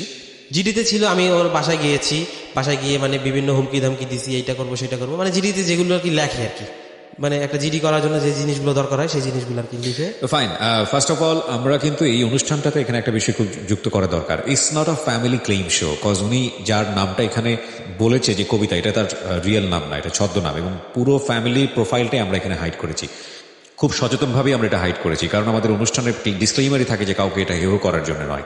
আমি ডেফিনেটলি শিওর, কারণ আজকে যদি যার নাম কবিতা দেওয়া হয়েছে এখানে, সে যদি, এটা নিশ্চয়ই আপনার স্ত্রীর আসল নাম না, এবং সে যদি উপস্থিত থাকতো তাহলে তার জায়গা থেকে অনেক যুক্তি থাকতো ওর এগেনস্টে বলার জন্য। কোনো সময় যখন আমরা নিজেকে নিয়ে বলি তখন নিজের মধ্যে কোনো দোষ খুঁজে পাই না। আজকে ওর কথা শুনে মনে হতে পারে যে ওনার স্ত্রী এতগুলো ভুল করেছে ওনার প্রতি, না, ওনার স্ত্রী যদি এখানে থাকতো তাহলে ওনার স্ত্রীও নিশ্চয়ই ওর এগেনস্টে আঙুল তোলার মতো অনেক কিছু বলতে পারতো। সুতরাং আমরা বরং কে দোষ করেছে সেই জায়গাটা যেতে চাই না, আমরা বরং একটা লেসনের জায়গায় যেতে চাই। লেসনটা হচ্ছে যে সংসারে এই ধরনের ঘটনা ঘটলে শেষ পর্যন্ত সেটার পরিণতি আসলে কি হয়। সুতরাং এই ধরনের ঘটনা ঘটলে এটা কি আমরা আগিয়ে নিব, নাকি এটা আমরা জীবন থেকে এটাকে যে কোনোভাবে প্রশমিত করবো? সো লেসনের জায়গাটা আমরা যেতে চাই, আমরা কেউ কাউকে এখানে অ্যাকিউজ করতে চাই না, কারণ ওর জীবনে যেটা ঘটেছে আমরা জানি আমাদের সামাজিক জীবনে এগুলো প্রত্যেকের জীবনেই কম বেশি হয়। জি বলুন। তারপর এরপরে আমার নামে থানায় জিডি করে, এটা আমি পরে জানতে পারি। আচ্ছা তো এরপরে আমাকে তো সবকিছু থেকে সে ব্লক করে দিয়েছে। হঠাৎ করে আমাকে একটা মেসেজ করে যে আমি তোমাকে ডিভোর্স করে দিব, তুমি তোমার হাতে সময় আছে 2 ঘন্টা, তুমি যদি আমাকে আমার ফ্যামিলিকে কনভিন্স করতে পারো তাহলে আমি তোমার কাছে আসবো, আদারওয়াইজ আমি আজকে তোমাকে ডিভোর্স দিয়ে দিব। আচ্ছা আমি ছুটে গেলাম ওদের বাসায়, গিয়ে আবার সেই বাসার মধ্যে গেলাম। বাসার মধ্যে গিয়ে একদম আবার সেই সেম স্টাইলে আমি আবার অপমানিত হই তাদের বাসায়। অপমানিত হওয়ার পরে তো এরপরে মানে একটা লাস্ট টাইম এই দায়িত্বটা চলে যায় তার চাচার কাছে। আচ্ছা। হ্যাঁ, তার চাচা যে ডিসিশনটা নেবে সেইটাই হবে। তো আমি চাচাকে বললাম যে আপনি তাহলে এই জিনিসটা দেখেন কিভাবে মিউচুয়াল করা যায় এই সেই। তো আমার পক্ষ থেকে আমি যথেষ্ট অনুরোধও করেছি তাকে। সে বললো আচ্ছা ঠিক আছে, তুমি কালকে আমাকে ফোন দিও, আমি কালকে তোমাকে জানাবো, আমি কবিতার সাথে কথা বলি। তো এখন কবিতা আমার সাথে কন্টিনিউ কথা বলতেছে। তো একটা পর্যায়ে গিয়ে আমি কবিতার কাছ থেকে শুনলাম যে সে আমার বাসায় ফিরে আসবে, তার চাচা তারা একটা স্ট্যাম্প বানাবে আমার জন্য। হ্যাঁ, সেই স্ট্যাম্পে কিছু টার্মস অ্যান্ড কন্ডিশন লেখা থাকবে, সেইটা যদি ফুলফিল করি, আমি সিগনেচার করি, তাহলে সে আমার বাসায় আসবে। এই টার্মস এন্ড কন্ডিশনে সাইন আপ করলেন? হ্যাঁ। তো এখন আমি আমার সিনিয়রদের সাথে কথা বললাম আমার হোটেলের, যে এইরকম বিষয়টা। তো তারা বলতেছে তুমি যদি এই সিগনেচার করে তোমার ওয়াইফকে আনো, সে মনে করো বড় জোর 1 থেকে 2 মাস থাকবে। এবার তোমাকে এমন একটা পরিস্থিতিতে নিবে যে তোমার ট্রেনের নিচে পড়া ছাড়ার কোনো রাস্তা থাকবে না। ওকে। তো এরপরে আমি তার দিকেও আমি একটা কন্ডিশন থ্রো করি যে ঠিক আছে, স্ট্যাম্প যদি লিখতে হয় তাহলে 2টাই লিখবো, তুমিও একটা সিগনেচার করবো, আমি একটা সিগনেচার করবো। তো যখন দেখতেছে সে পারতেছে না এটা, আরেকটা কথা হচ্ছে কাবিন করতে হবে। হ্যাঁ, মানে রেস্টি কাবিন যেটা, সেটা করতে হবে। আমি ওকে ফাইন, এটা আমি করবো, কেন করবো না। তো এরকম কথাবার্তা হচ্ছে। তো তার এরপরে আমি ওর কাকাকে ফোন দিই, কাকাকে ফোন দেওয়ার পরে সে রেসপন্স করে না। তো এরপরে আমি আমার কবিতা একটা রেস্টুরেন্টে দেখা করি। দেখা করার পরে সেইখান থেকে আমরা দুজনে কথা বলি এবং সে ওখান থেকে কনভিন্স হয়ে যাওয়ার পরে সে ওখান থেকে আমার বাড়িতে চলে আসে। আচ্ছা। একদম ওখান থেকে আমার বাড়িতে চলে আসে। বাড়িতে যাওয়ার আগে আমরা ধানমন্ডিতে গিয়েছি, ওখানে ঘুরেছি, তারপরে রাতে ডিনার করেছি বাইরে। ডিনার করার পরে এরপর আমি বাসায় আসি ওকে নিয়ে। তো মনে হচ্ছে একদম অ্যাজ ইউজুয়াল, কিছুই হয়নি এতদিন, এরকম একটা ব্যাপার। তো এরপরে ও আমাকে ফোর্স করতে শুরু করে কিছুদিন যাওয়ার পরে, যে তাহলে এখন তুমি তাহলে সেই সিগনেচারটা করবা। আমি বললাম এতদিন আমি জেনে গেছি যে ওরা আমার নামে থানায় জিডি করছে। তো এখন আমি ওকে ডিরেক্টলি বলেছি, দেখো কবিতা, যে কোর্ট ম্যারেজের যে ব্যাপারটা, এটা আমি নিজে থেকেই তোমাকে এতদিন ইনফ্লুয়েন্স করছি আমি করব, বাট এখন তোমার ফ্যামিলির যে রূপটা আমি দেখেছি, যে কিছু না করে যে আমাকে এতটা হেনস্থতা করলো এবং তুমি গিয়ে থানায় জিডি করলা, আমার মনে হচ্ছে তোমরা আমাকে নতুন কোনো ফান্দে ফেলাইতে চাইতেছো। হ্যাঁ, নতুন একটা জাল বিছেছো এটার জন্য। এখন আমার পক্ষে এই সিগনেচারটা করা সম্ভব না। তাই এখন সে বলতেছে তাহলে আমি থাকবো না। আমি কিভাবে থাকবো, আমি কোন ভাষায় থাকবো? আমি বললাম যে তুমি 1 বছর 8 মাস কিভাবে সংসার করতেছো, তোমার কোনো কিছু তো কোনো প্রবলেম হয়েছে? বলে না, কোনো কিছু তো কোনো প্রবলেম হয়নি, তুমি ওইভাবেই থাকো।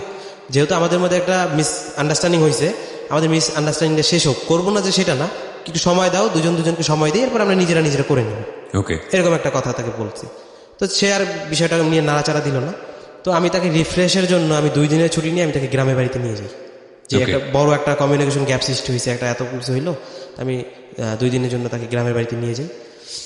মানে সে যখন আমার বাসায় আসছে, মানে ওই যে ঘটনাটার পরে সে এমনভাবে আসছে যে মানে সে একদম এমনিতেই চলে আসছে, তার আসার কোনো ইচ্ছাই ছিল না। আচ্ছা। বাট পরবর্তীতে আমি জানতে পারছি যে ওকে আমার বাসায় পাঠানো হয়েছে, পরে আমি জানতে পারছি বিষয়টা।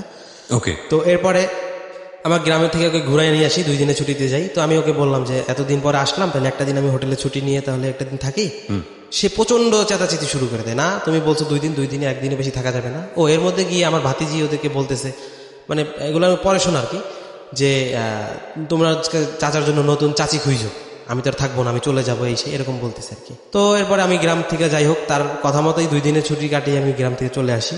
আসার পরে তো এরপরে আমার পক্ষ থেকে একটা কথা ছিল তার কাছে, যে তুমি তোমার ফ্যামিলির সাথে কম যোগাযোগ করবা। এতদিন কিন্তু আমার পক্ষ থেকে কোনো বাধা ছিল না। জি। কিন্তু যখনই তার বাবা মার ওই আননোন ফেসটা আমি দেখলাম, তখনই আমার মনটা একদম ভেঙে গেল, যে তাহলে তার মেয়েকে তারা কি শিক্ষা দিচ্ছে? ঘন্টার পর ঘন্টা কথা বলছে, এগুলোই শিখাচ্ছে, তুমি তোমার ফ্যামিলির সাথে কথা বলবে না। তো আমি তাকে যে জিনিসগুলো না করতাম সেই জিনিসগুলো বেশি করে করতো। ওকে। হ্যাঁ, এবং সেই ইম্প্যাক্টটা পড়তো কি আমার ফ্যামিলির উপরে। সে যখন এই কাজটা করতে চাইতো, আমি তাকে না করতাম, সে বলতো যে এই যে বুঝছি যে তোমার ফ্যামিলি থেকে ফোন দিছিল, ফোন দিয়ে তোমাকে উস্কাইয়া দিছে, তোমার বোন তোমাকে কান ভরছে, মানে সম্পূর্ণ দোষটা তাদের উপরে যেত। তারা বলছে দেখি তুমি এই কাজগুলো করতেছো, বাট আদৌ এরকম কিছুই হয়নি। ওকে। নিজের ভুলটা কোনো ইয়ে নেই। তো এরকম আর কি কন্টিনিউ হতে থাকে। তো এরপরে হঠাৎ করে মানে সে একটু ছটফট, মানে একটা ভাব আর কি তার মধ্যে, প্রচন্ড ছটফট ভাব। তো আমাদের যখন আমরা স্বামী স্ত্রী একসাথে থাকি, তো আমাদের ওই বিশেষ মুহূর্তটা সে ভিডিও করবে। হ্যাঁ, সে আমাদের বিশেষ মুহূর্তটা ভিডিও করবে। এটা কি তারই প্রপোজ হয়েছে? হ্যাঁ, সে 2 দিন ধরে আমাকে ফোর্স করতেছে। কেন এগুলো কেন? তুমি কি চলে যাচ্ছ বা এরকম কিছু, কেন এগুলো কেন করবে, এগুলো এগুলো কি দরকার আছে, এগুলো রিস্কি। তো তাকে ঠান্ডা করার জন্য আমার এটাও করতে হয়েছে। আচ্ছা, আমি সেই ভিডিওটা করি, তার কাছে থাকে, তার কাছে ছিল ভিডিওটা। তো এরপরে পয়লা বৈশাখ আসে। পয়লা বৈশাখের দিন আমি কলা বাগানে যাই আমার হোটেল থেকে একটা স্পন্সরের জন্য। এই ভিডিওটা যে আপনি করে কার কাছে রাখলেন? এই ওর ভিডিও কাছেই ছিল, ওর সেলফোনে ছিল নাকি? ওর সেলফোনেই ছিল। ওকে, ওর সেলফোনে ছিল। কেন করবে, কিসের জন্য করবে, এত কিছু বলেও নেই বা এত কিছু আমি জিজ্ঞাসা করি নাই। আচ্ছা ঠিক আছে, তুমি ভালো থাকবা তাহলে করলো, তুমি ঠিক আছে করো, কোনো প্রবলেম, কর, তুমি ভালো থাকো, ঠান্ডা থাকো, ওকে। এই ব্যাপার আর কি। তো আমি কলা বাগানে যাই, তো পয়লা বৈশাখ, তো আমি আগে থেকে বাসায় একটা ইলিশ মাছ কিনে রেখে গেছি জি, যে তুমি এটা রান্না করবা, সেই তোমার ও মানে বাসায় যাবে, ওদের বাসায় যাবে। আমি ওকে বললাম যে না তুমি বাসায় যাবে না, আমি বিকেলে এসে তোমাকে নিয়ে ঘুরতে যাবো, ওকে, আমি তাড়াতাড়ি প্রোগ্রাম শেষ করে আমি চলে আসবো, বাসায় ঘুরতে যাবো। এরকম সে আমাকে 10টার সময় ফোন দিয়ে বলতেছে আমি আমার বাসায় চলে আসছি, আমি এটা খাইছি সেটা খাইছি, তো এরকম বলতেছে।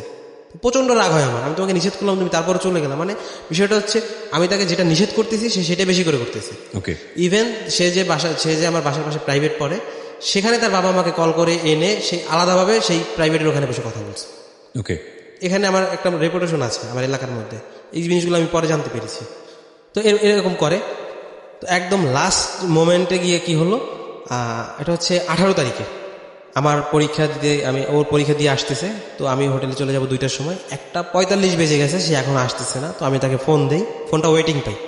তো ওয়েটিং পাওয়ার পরে আমি তাকে বাসায় আসার পরে বলতেছি তোমার ফোন ওয়েটিং ছিল, তুমি কোথায় কথা বলছো, আর এত লেট হলো কেন, তোমার পরীক্ষা তো 1টার সময় শেষ, বাসায় আসতে সর্বোচ্চ 10 মিনিট সময় লাগে, তুমি এতক্ষণ বাইরে ছিলে কেন, বা এরকম কিছু। তো সে বলতেছে আমি আমার মায়ের সাথে কথা বলতেছিলাম। হ্যাঁ, তো আমি বললাম যে আমি তোমাকে বললাম যে কথা বলতে না, তুমি তারপরে কথা বলতেছো তাদের সাথে, তুমি পরে কথা বলতো, তুমি জানো যে আমি এখন হোটেলে যাব, তুমি এখনই কথা বলার কেন কি দরকার ছিল। তো এক কথা দুই কথা সে প্রচন্ড পরিমাণে ভায়োলেট হয়ে যায়।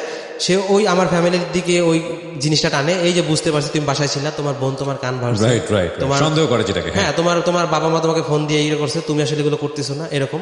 তো এতটা ভায়োলেট হয়ে যায়, আশপাশের মানুষের জন্য জড়ো হয়ে যায়। তো আমার বোন মাঝখানে চলে আসে থামানোর জন্য আর কি, সে সচরাচর আসে না। আমার বোন যখন আসছে, সে আমার বোনের উপর ক্ষিপ্র হয়েছে আরো বেশি। আমাদের স্বামী স্ত্রীর মধ্যে কথা রাইট, এই প্রশ্নটা আমাদেরও আছে। আপনাকে এবং হিন্দু দ্বারা ধর্মে এরকম মানে কথাবার্তা বলতেছে। তো এতটা ভায়োলেট হয়েছে, ওই প্রথম আমি তার গালে একটা চড় মারি ওই দিন, বোনের সামনে, বোনের সামনেই আমি তাকে একটা চড় মারি। মানে তার সেন্সটা আউট হয়ে গেছে, চরটা জোরে মারিনি, আস্তেই মেরেছি, বাট চর মেরেছি তাকে আমি। কিন্তু এরপরে আমি নিজে থেকে প্রচন্ড ছোট মনে হয়েছে যে আমি আমার ওয়াইফের গায়ে হাত তুললাম, আমি কোন সিচুয়েশনে চলে গেছি তাহলে। নিজেকে প্রচন্ড মানে একদম মাটির সাথে মিশে গেছি কিবরিয়া ভাই, প্রচন্ড কষ্ট পাইছি আমি নিজেও। তো এরপরে আমি ওকে আবার বুঝাই, মানে আমার বুঝাইতেই সময়গুলো পার হয়ে যাচ্ছে, আর আমি শুধু ওই হোটেল করতেছি, কোন দিকে সকাল হচ্ছে রাত হচ্ছে আমি কিছু টের পাচ্ছি না। আচ্ছা, এভাবে আমার দিন পার হচ্ছে। তো বুঝাই টুঝে আমি ওকে রাইখা যাই বাসায়।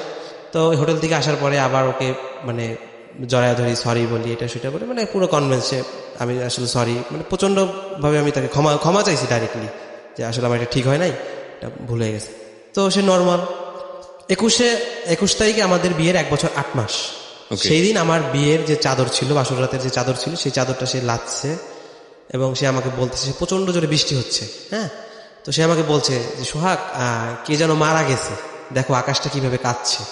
কি বলতেছো এগুলা, তুমি কি মানে কি কবি হয়ে যাচ্ছ নাকি, এরকম কিছু লেখালেখি করো নাকি?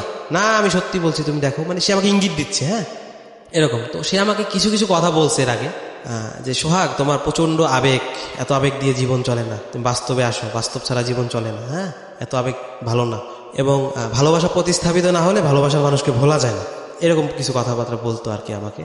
আমি জিনিসগুলো আর কি উড়িয়ে দিতাম, কিন্তু এই কথাগুলোই যদি আমি ধরতাম তাহলে কিন্তু আমি আগে থেকেই বুঝতে পারতাম। সে কিন্তু ইঙ্গিত দিতাম অনেক কিছুর।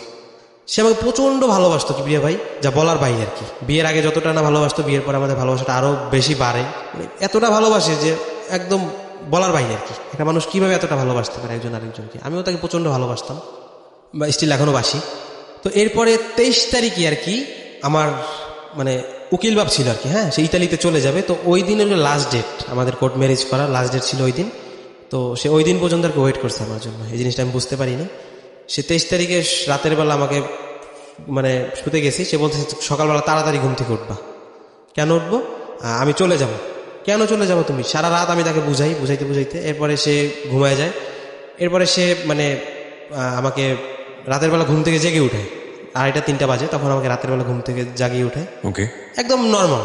সে আমার সাথে মানে ফিজিক্যালি কাছে আসে এবং সে একটা কথা বলে যে আর তো পাবা না, এই ধরনের কথাবার্তা বলে? হ্যাঁ, আর তো পাবো না। তো এই কথাটা বলে। তো এরপরে মানে আমি এতটাই মানে সিক হয়ে যাই, মানে নাইট করতে টানা 10 দিন 15 দিন নাইট করতে একটা মানুষের অবস্থা কি হতে পারে আপনি অবশ্যই ফিল করতে পারবেন। জি। তো এই অবস্থাতে তো আমি কথাগুলো মানে ঝালানোর ওরকম টাইম পাই না আর কি। একটা কথা স্কিপ করে গেছি। যখন ও আমার বাসায় আসলো তখন আমি ওই ছেলেটার কথা জিজ্ঞেস করলাম যে তুমি 1.5 বছর পরে আবার কেন ওর সাথে তুমি সম্পর্ক করলা, ওর ছবিতে তুমি লাভ রিয়েক্ট দিলে। তো তার চেহারাটা আবার সেই ফ্যাকাশ হয়ে গেল, সেই 1.5 বছর আগের ফ্ল্যাশব্যাক। সবাই তখন বলতেছে কিভাবে কি হয়ে গেল, আমি কিছু জানি না, কোনো কিছু না, এটা সেটা মানে এরকম সে মানে বলে আবার সরি বলতেছে, এই সেই আমি বুঝতে পারিনি এরকম। তো আমি অতটা গুরুত্ব দিইনি, যে যাক বিভিন্ন টেনশন নিয়ে আমি পারি না, তো অতটা গুরুত্ব দিইনি। তো 23 তারিখে সকালবেলা হয়েছে প্রিয়া ভাই, আমি সকালবেলা হয়েছে পরে সে চলে যাবে, আমি তাকে প্রচণ্ডভাবে বুঝাইতেছি, হ্যাঁ বুঝাইতে বুঝাইতে আমি এক পর্যায়ে কান্না করতে থাকি। কান্না করতে করতে আমার মানে একদম শরীরটা একদম শক্ত হয়ে যায়। সে আমাকে প্রচণ্ড জোরে জড়িয়ে ধরে, তুমি কান্না করো না, এটা সেটা হ্যান ত্যান এরকম ভাবে বলতেছে। মানুষ কিন্তু And she decided to leave you, right? হ্যাঁ, মানে সে চলে যাবে। ultimately সে চলে যেতে যাচ্ছে। চলে যেতে চাচ্ছে, এবং সে আর নিতে পারতেছে না, বা somehow সে চলে যাবে। she is not okay with you. হ্যাঁ। Okay. তো এরপরে মানে মানুষ কিন্তু কষ্ট ব্যথা পেলে কাঁদে না, যখন সে নিজের সাথে হেরে যায় তখনই কিন্তু মানুষটা কাঁদে। আমি তাকে বুঝাতে বুঝাতে এতটাই হেরে গেলাম, আমার কান্না ছাড়া কিছু করার ছিল না। সে আমার চোখ মুছিয়ে দিচ্ছে, বারবার বুকে জড়িয়ে দিচ্ছে, তুমি কান্না করো না, এটা সেটা, তুমি কান্না করলে আমার কষ্ট হয়, এরকম কিছু কথাবার্তা বলতেছে।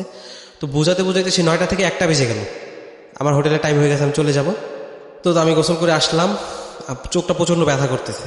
তো সে আমাকে জড়িয়ে ধরলো এবং সে আমাকে একটা কথা বলতেছে, তুমি তো সাইন করলা না, কান্নাকাটি করে লাভ নাই, সাইন করলে আমি থাকতাম, সাইন করলাম না আমি থাকবো না। আমি বললাম সাইনটাই কি সব, আমি তো বলছি করবো, তুমি একটু সময় নাও, দুজনের মধ্যে আন্ডারস্ট্যান্ডিংটা হোক, আমি করবো না কেন, এই কথাগুলো বলতেছি।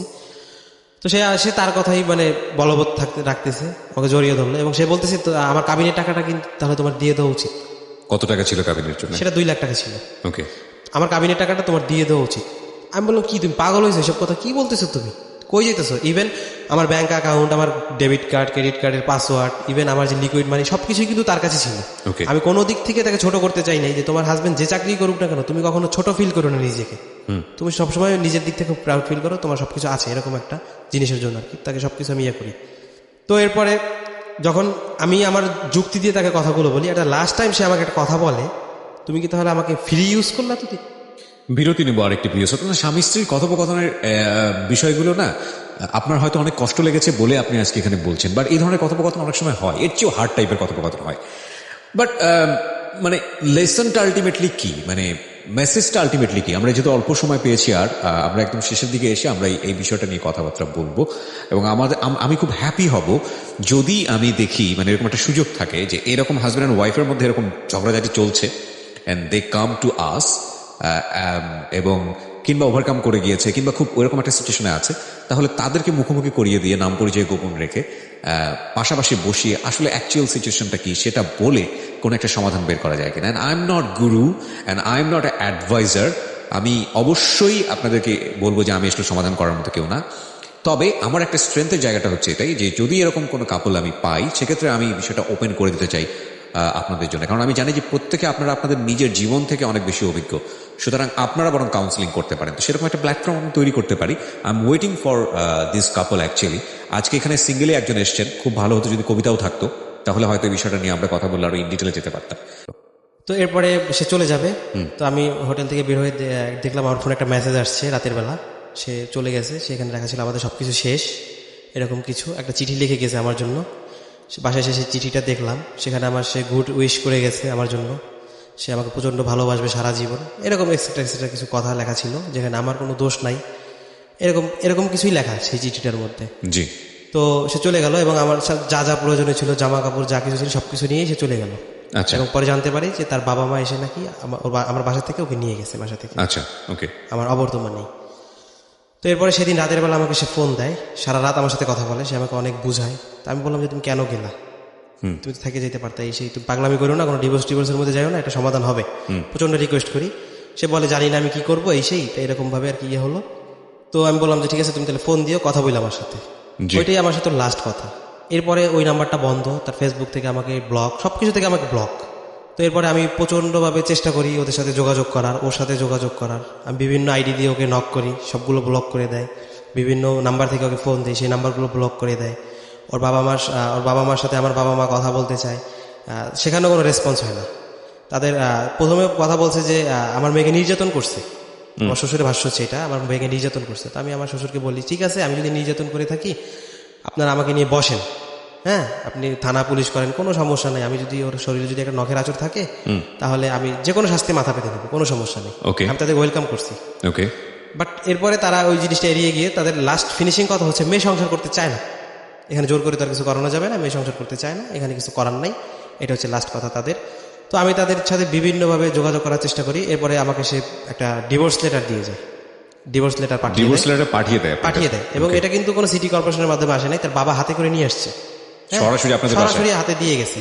এটার একটা কারণ আছে, আমি ওর কলেজে গিয়েছিলাম, ওর পরীক্ষা ছিল, আমি কলেজে গিয়েছিলাম, কলেজে গিয়ে ওর সাথে কথা বলার চেষ্টা করেছি। ওর একটা নুপুর ছিল, সেই নুপুরটা দিতে গিয়েছে ওকে, বাট সেই নুপুরটা আমার গায়ে ছুঁড়ে মেরেছে 2 বার। আচ্ছা, তো এরপরে আমি ওখান থেকে চলে আসছি। এরপর নিচে নেমে দেখি আমার শ্বশুর দাঁড়িয়ে আছে নিচে। তো আমি বললাম যে বাবা আপনি এখানে, তো তুমি এখানে কেন আসছো, এখান থেকে চলে যাও, তুমি ওকে ডিস্টার্ব করতে আসছো, এখানে ছেলেপান বলা আছে, ফোন দিলে চলে আসবে, মানে এরকম একটা থ্রেট আমাকে। তো এরপরের দিনই আমাকে একটা ডিভোর্স লেটার আমাকে দিয়ে যায় ওর বাবা। তো জিনিসটা মেনে নিতে পারি না, যে কবিতা কাজটা করতেই পারি না কোনোদিন। তো এরপরে এভাবে হয়, তো আমার এলাকার যে নেতা আছে ওনার কাছে যেতে বলে, তো ওখানে যাওয়ার পরে তাদেরকেও বিষয়গুলো বলে, এরকমভাবে খুব খারাপভাবে প্রেজেন্টেশন করে।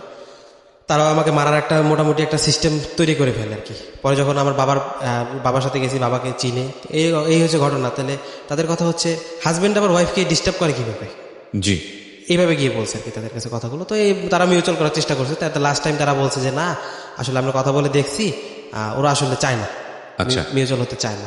আচ্ছা, তো আমি বিভিন্নভাবে বিভিন্ন মহল থেকে নক করছি, ফেসবুকে নক করছি, আমার ফ্যামিলি দিয়ে নক করছি। এটা লাস্ট টাইম তাদের কিছু ফার্নিচারগুলো যে আমাকে দিয়েছিল সেগুলো নিবে আর কি। ওকে, এগুলো নেওয়ার জন্য বেশ ফোন দিতেছে আমার বাবাকে। তো আমার বাবা বলছে যে নিলেই তো নিয়ে গেলেন, মানে আমার বাবার কথা হচ্ছে এগুলো রাখলেই তো সম্পর্কটা থাকতেছে, নিয়ে গেলে তার সম্পর্ক থাকবে না, জি, যতদিন রেখে আর কি আটকানো যায়। তো আমার বাবা বলতেছে আমার বোর মাথা ঠান্ডা হলে চলে আসবে, এরকম বাবা কথা বলে সেই আমরা বসি একসাথে। তাদের মধ্যে কোনো রেসপন্স নেই, না কোনো বসাবসি নেই, কিসের বসাবসি, মেয়ে সংসার করবে না, তার কোনো কথাই থাকে না। আচ্ছা, তো এই হলো তাদের এন্ড অফ দ্য ফিনিশিং কথা আর কি। ওকে, তো এরপরে আমি যতবার চেষ্টা করি কথা বলার, আমাকে বিভিন্নভাবে তারা লাঞ্ছিত করে, বিভিন্নভাবে অপমানিত করে। আমি বারবার চেষ্টা করি, যেহেতু 3 মাস একটা সময় থাকে, সেই 3 মাসে আমি অনেক চেষ্টা করি। তো একটা লাস্ট টাইম আমি রোজার মাসে যাই ওদের বাসায়, ইফতারির আগ মুহূর্তে। যে ইফতারির আগ মুহূর্তে একটা ভিখারি গেলেও তো বাসা থেকে তাড়িয়ে দেয় না। আপনি এটা প্ল্যানটা করেই যান? হ্যাঁ, একটু সফট কর্নার নিতে গিয়েছি। ওকে, তো আমি সেদিন রোজা রেখে ভাই আমি পুরো রমজান মাসে 30টা রোজা রেখেছি, নামাজ পড়েছি, তারাবির নামাজ পড়েছি, সব কিছু করেছি। আল্লাহকে বলছি, আল্লাহ তুমি আমার সংসারটা ঠিক করে দাও, মানুষ বিয়ে একবারই করে, তুমি আমার সংসারটা ঠিক করে দাও, আর কিছু চাই না। আমি আল্লাহর কাছে এইভাবে কান্নাকাটি করছি, তাহাজ্জুদের নামাজ পড়ছি, সব কিছু করছি একেবারে। তো এরপরে আমি সেই সফট কর্নারটা নিতে রোজার মধ্যে যাই, রোজা রেখে। বাট সেদিন আমার সাথে কেজি গেট লাগিয়ে দেয়, বলে তারা বাসায় কেউ নাই, এই সময় ইফতারি আজান দেয়। আমি সামনের ভাড়াটিয়ার কাছ থেকে পানি নিয়ে ইফতার করি, ওখান থেকে চলে আসি। সেদিনও আমি তাদের কাছে যেতে পারি নাই। ওকে, তো মানে আমার কথা হচ্ছে আমি কোনো কিছু বাদ রাখি নাই। তো তাতে আমার সংসার টিকানোর জন্য, আমার ফ্যামিলিটাকে আবার সম্পর্ক ঠিক করার জন্য, তার আত্মীয় স্বজন থেকে শুরু করে সবার হাতে পায়ে ধরছি, সব কিছু করছি। আর ওদিকে কবিতা ওদের বাসায় গিয়ে সে তার লাইফটাকে পুরো চেঞ্জ করে ফেলছে।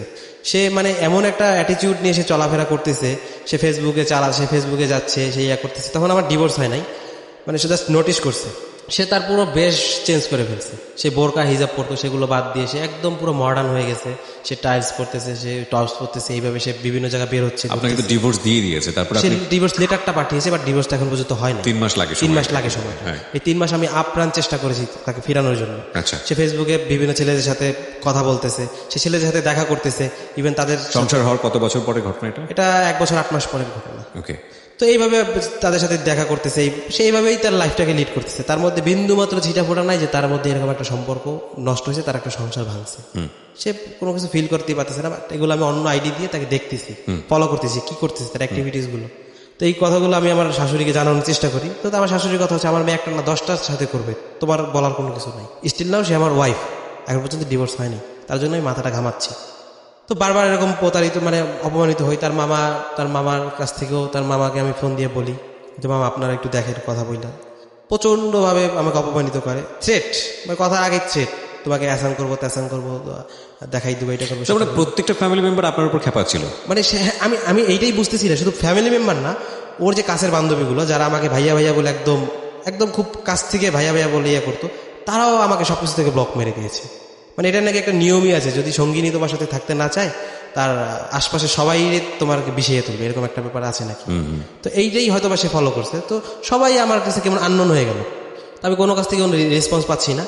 তো আমি অনেক চেষ্টা অদ্ভুত বিষয় কি জানেন, আপনার ঘটনা আপনি যেগুলো বলছেন এগুলো যদি সত্যও হয় তাও আপনাকে কেউ বিশ্বাস করবে না। জি জি হ্যাঁ, বিশ্বাস করবেন এই কারণে যে না, তার মানে আপনি যেটা বলছেন আপনি ধোয়া তুলসীর পাতা ছিলেন আর ওনার জায়গা থেকে সব সমস্যা Right. ছিল। ইনফ্যাক্ট এইটাই হয়, আপনি যদি সেটা সত্যও হয় তাও আপনি লোকজনকে বিশ্বাস করতে পারবেন না। সংসারের জায়গা থেকে বিষয়টা এরকমই, এবং সবসময় মনে করা হয় যে না, বোথ সাইডের কিছু না কিছু প্রবলেম ছিল। আমি নিজেকেই নিজে বিশ্বাস করতে পারি না আমার সাথে এরকম ঘটনা ঘটছে।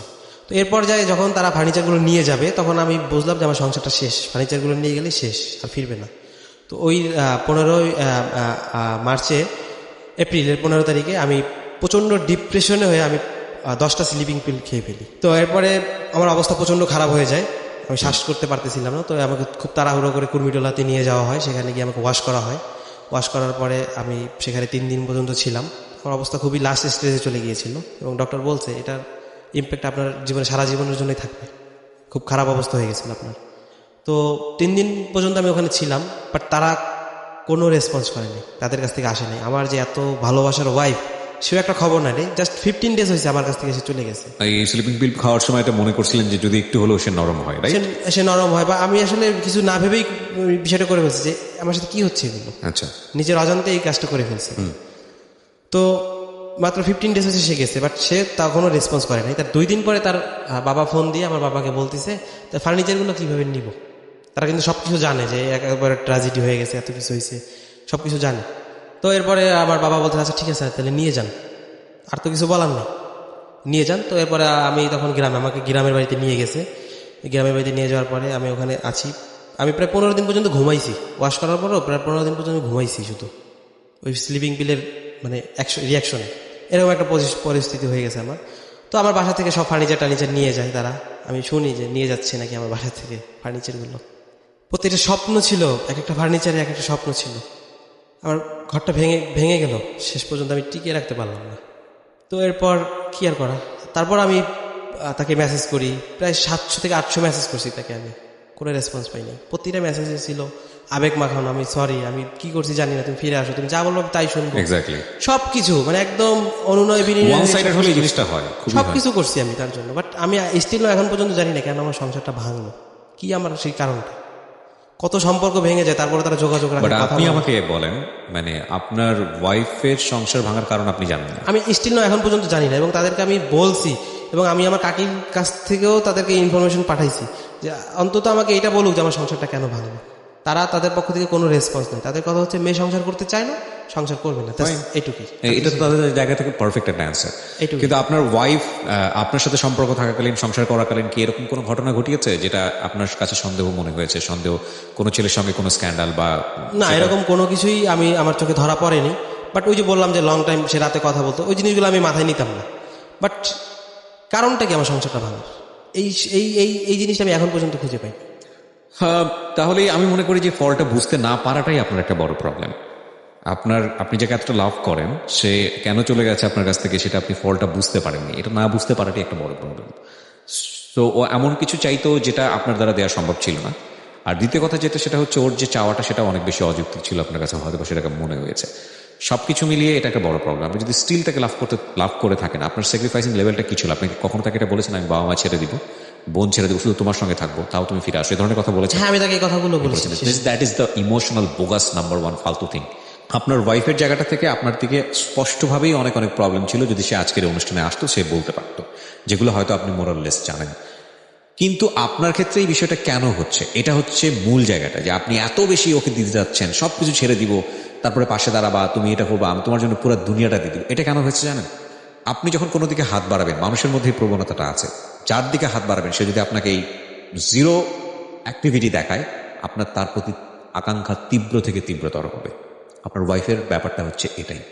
মেয়েটা আপনাকে ডিভোর্স দিয়ে দিয়েছে, কবিতা, এটা 3 মাস 13 দিন ক্রস করে গেছে। হ্যাঁ। ওকে, তার ডিভোর্সটা অ্যাক্টিভ হয়ে গেছে। হ্যাঁ। সে আপনার ওয়াইফ নো মোর, সে আপনার ওয়াইফ না, বাট আপনি স্টিল তাকে লাভ করেন, রাইট? জি। আপনি এখনো তাকে মিস করেন এবং তাকে আপনি এখনো চান। এখনো প্রত্যেকটা জায়গাতে, ইভেন আমি আজকে পাঞ্জাবিটা পরে আসছি, আমার যে কোটিটা, ওর দেয়া গিফট। ইভেন আমি যে জুতাটা পরে আসছি সেই জুতার সোল কিন্তু শেষ হয়ে দিস ইজ গেছে। Your first love, right? Right. Okay, সেই সোল নষ্ট হয়ে গেছে, বাট ও আমাকে দিয়েছে, তার জন্য আমি এখন পর্যন্ত সেই জুতোটা পরি। এটা অতিরিক্ত ভালোবাসা না, এটা অতিরিক্ত বোকামো। যাই বলেন, ঠিকই। সো এগুলো নিয়ে আসলে অনেক কথা হয়ে গেল শেষের দিকে এসে। আমরা শুধু একটা জিনিসই বলতে চাই, সেটা হচ্ছে যে মানুষটা আপনার কাছে থাকতে চায় না তাকে কোনোভাবেই ইমোশনালি ব্ল্যাকমেইল করেন না। If you love him or her, let her go. এটা আমার কথা না, এটা অনেক অনেক বড় একটা মানুষের কথা। ভালো যদি বাসো তাহলে ছেড়ে দাও, জোর করে কাছে রেখো না। এবং এটাই মানে আমি- এটাই হওয়া উচিত। কোনো আপনি কথা- শুরু থেকে দেখেন, আপনি লাভ করেছেন মেয়েটাকে, একদম শুরু থেকে আমার কাছে মনে হচ্ছে সামু আপনি তাকে বাধ্য করেছেন। প্রথম দিন থেকে আপনি ধরা পড়ছে তার মধ্যে উল্টাপাল্টা এই ধরনের কাজ করে, ধাম করে বিয়ে করে ফেলছেন। দ্যাট ইজ বিগ বিগ, মানে এইটাই আমার জীবনে সবচেয়ে বড় ভুল আমি এখন ফিল করি। তখন যদি আমি এইটা না, আর অনেকগুলো ভুল তখন আছে। যদি আমি নিজেকে স্যাক্রিফাইস না করে সে আমি তার যদি- জায়গায় 100% তার মতোই ছিল। আপনি বিভিন্ন ফল পেয়েছেন, আপনি বুঝে ওকে ঠিক আছে কোনো সমস্যা হবে না, ওকে ঠিক আছে কোনো সমস্যা হবে না। আপনি একটা ফল্ট দেখছেন, আপনার উচিত ছিল বিয়েটা ডিলে করা। জি। আপনি ধাম করে বিয়ে করে শুধু ফেলছেন। শুধু ডিলে না, আমার তখন উচিত ছিল যে ঠিক আছে তুমি তোমার মতো থাকো তাহলে। না, নট লাইক, এটা এক্সট্রিম ডিসিশন হয়ে গেল। আপনি ইমোশনাল জায়গা থেকে পুরো জায়গাটাকে বিচার করতেছেন, লজিকের জায়গাটায় আসেন, যেটা আপনাকে সারা জীবন রান করবে। ওকে, সো প্রিয় শ্রোতা, আমরা আজকে এখানেই শেষ করতে চাই। শেষ করার আগে প্রিয় শ্রোতা একটা কথাই বলবো, আমি আসলে এরকম একটা কাপল চাচ্ছি। আপনারা যদি মনে করেন যে না, কোনো কাপল হাজব্যান্ড অ্যান্ড ওয়াইফ যে যাদের মধ্যে সংসারের এরকম একটা অবস্থা চলছে এবং সংসারটা ভাঙার পর্যায়ে চলে গেছে, অনেকদিন যাবত সেপারেশনে আছেন, বাট আপনারা সিদ্ধান্ত নিতে পারছেন আসলে কি করা উচিত। আপনারা যদি মনে করেন যে না, আপনাদের স্টোরিটা এখানে বললে নামে বা ছদ্মনামে বেনামে পরিচয় গোপন রাখলে আর অন্যান্য কাপল যারা আছে তাদের জন্য অনেক উপকার হবে, তাহলে আপনারা আসতে পারেন আমার এই জীবন গল্প অনুষ্ঠানে। আমি একটু আপনাদের মুখোমুখি বসিয়ে কথা শুনতে চাই। ওকে, আজকের মতো শেষ করছি। অনেক ভালো থাকুন সবাই, নিরাপদে থাকুন, জীবনটাকে সুন্দর করুন, কারণ লাইফ ইজ ওয়ান টাইম। শুভরাত্রি।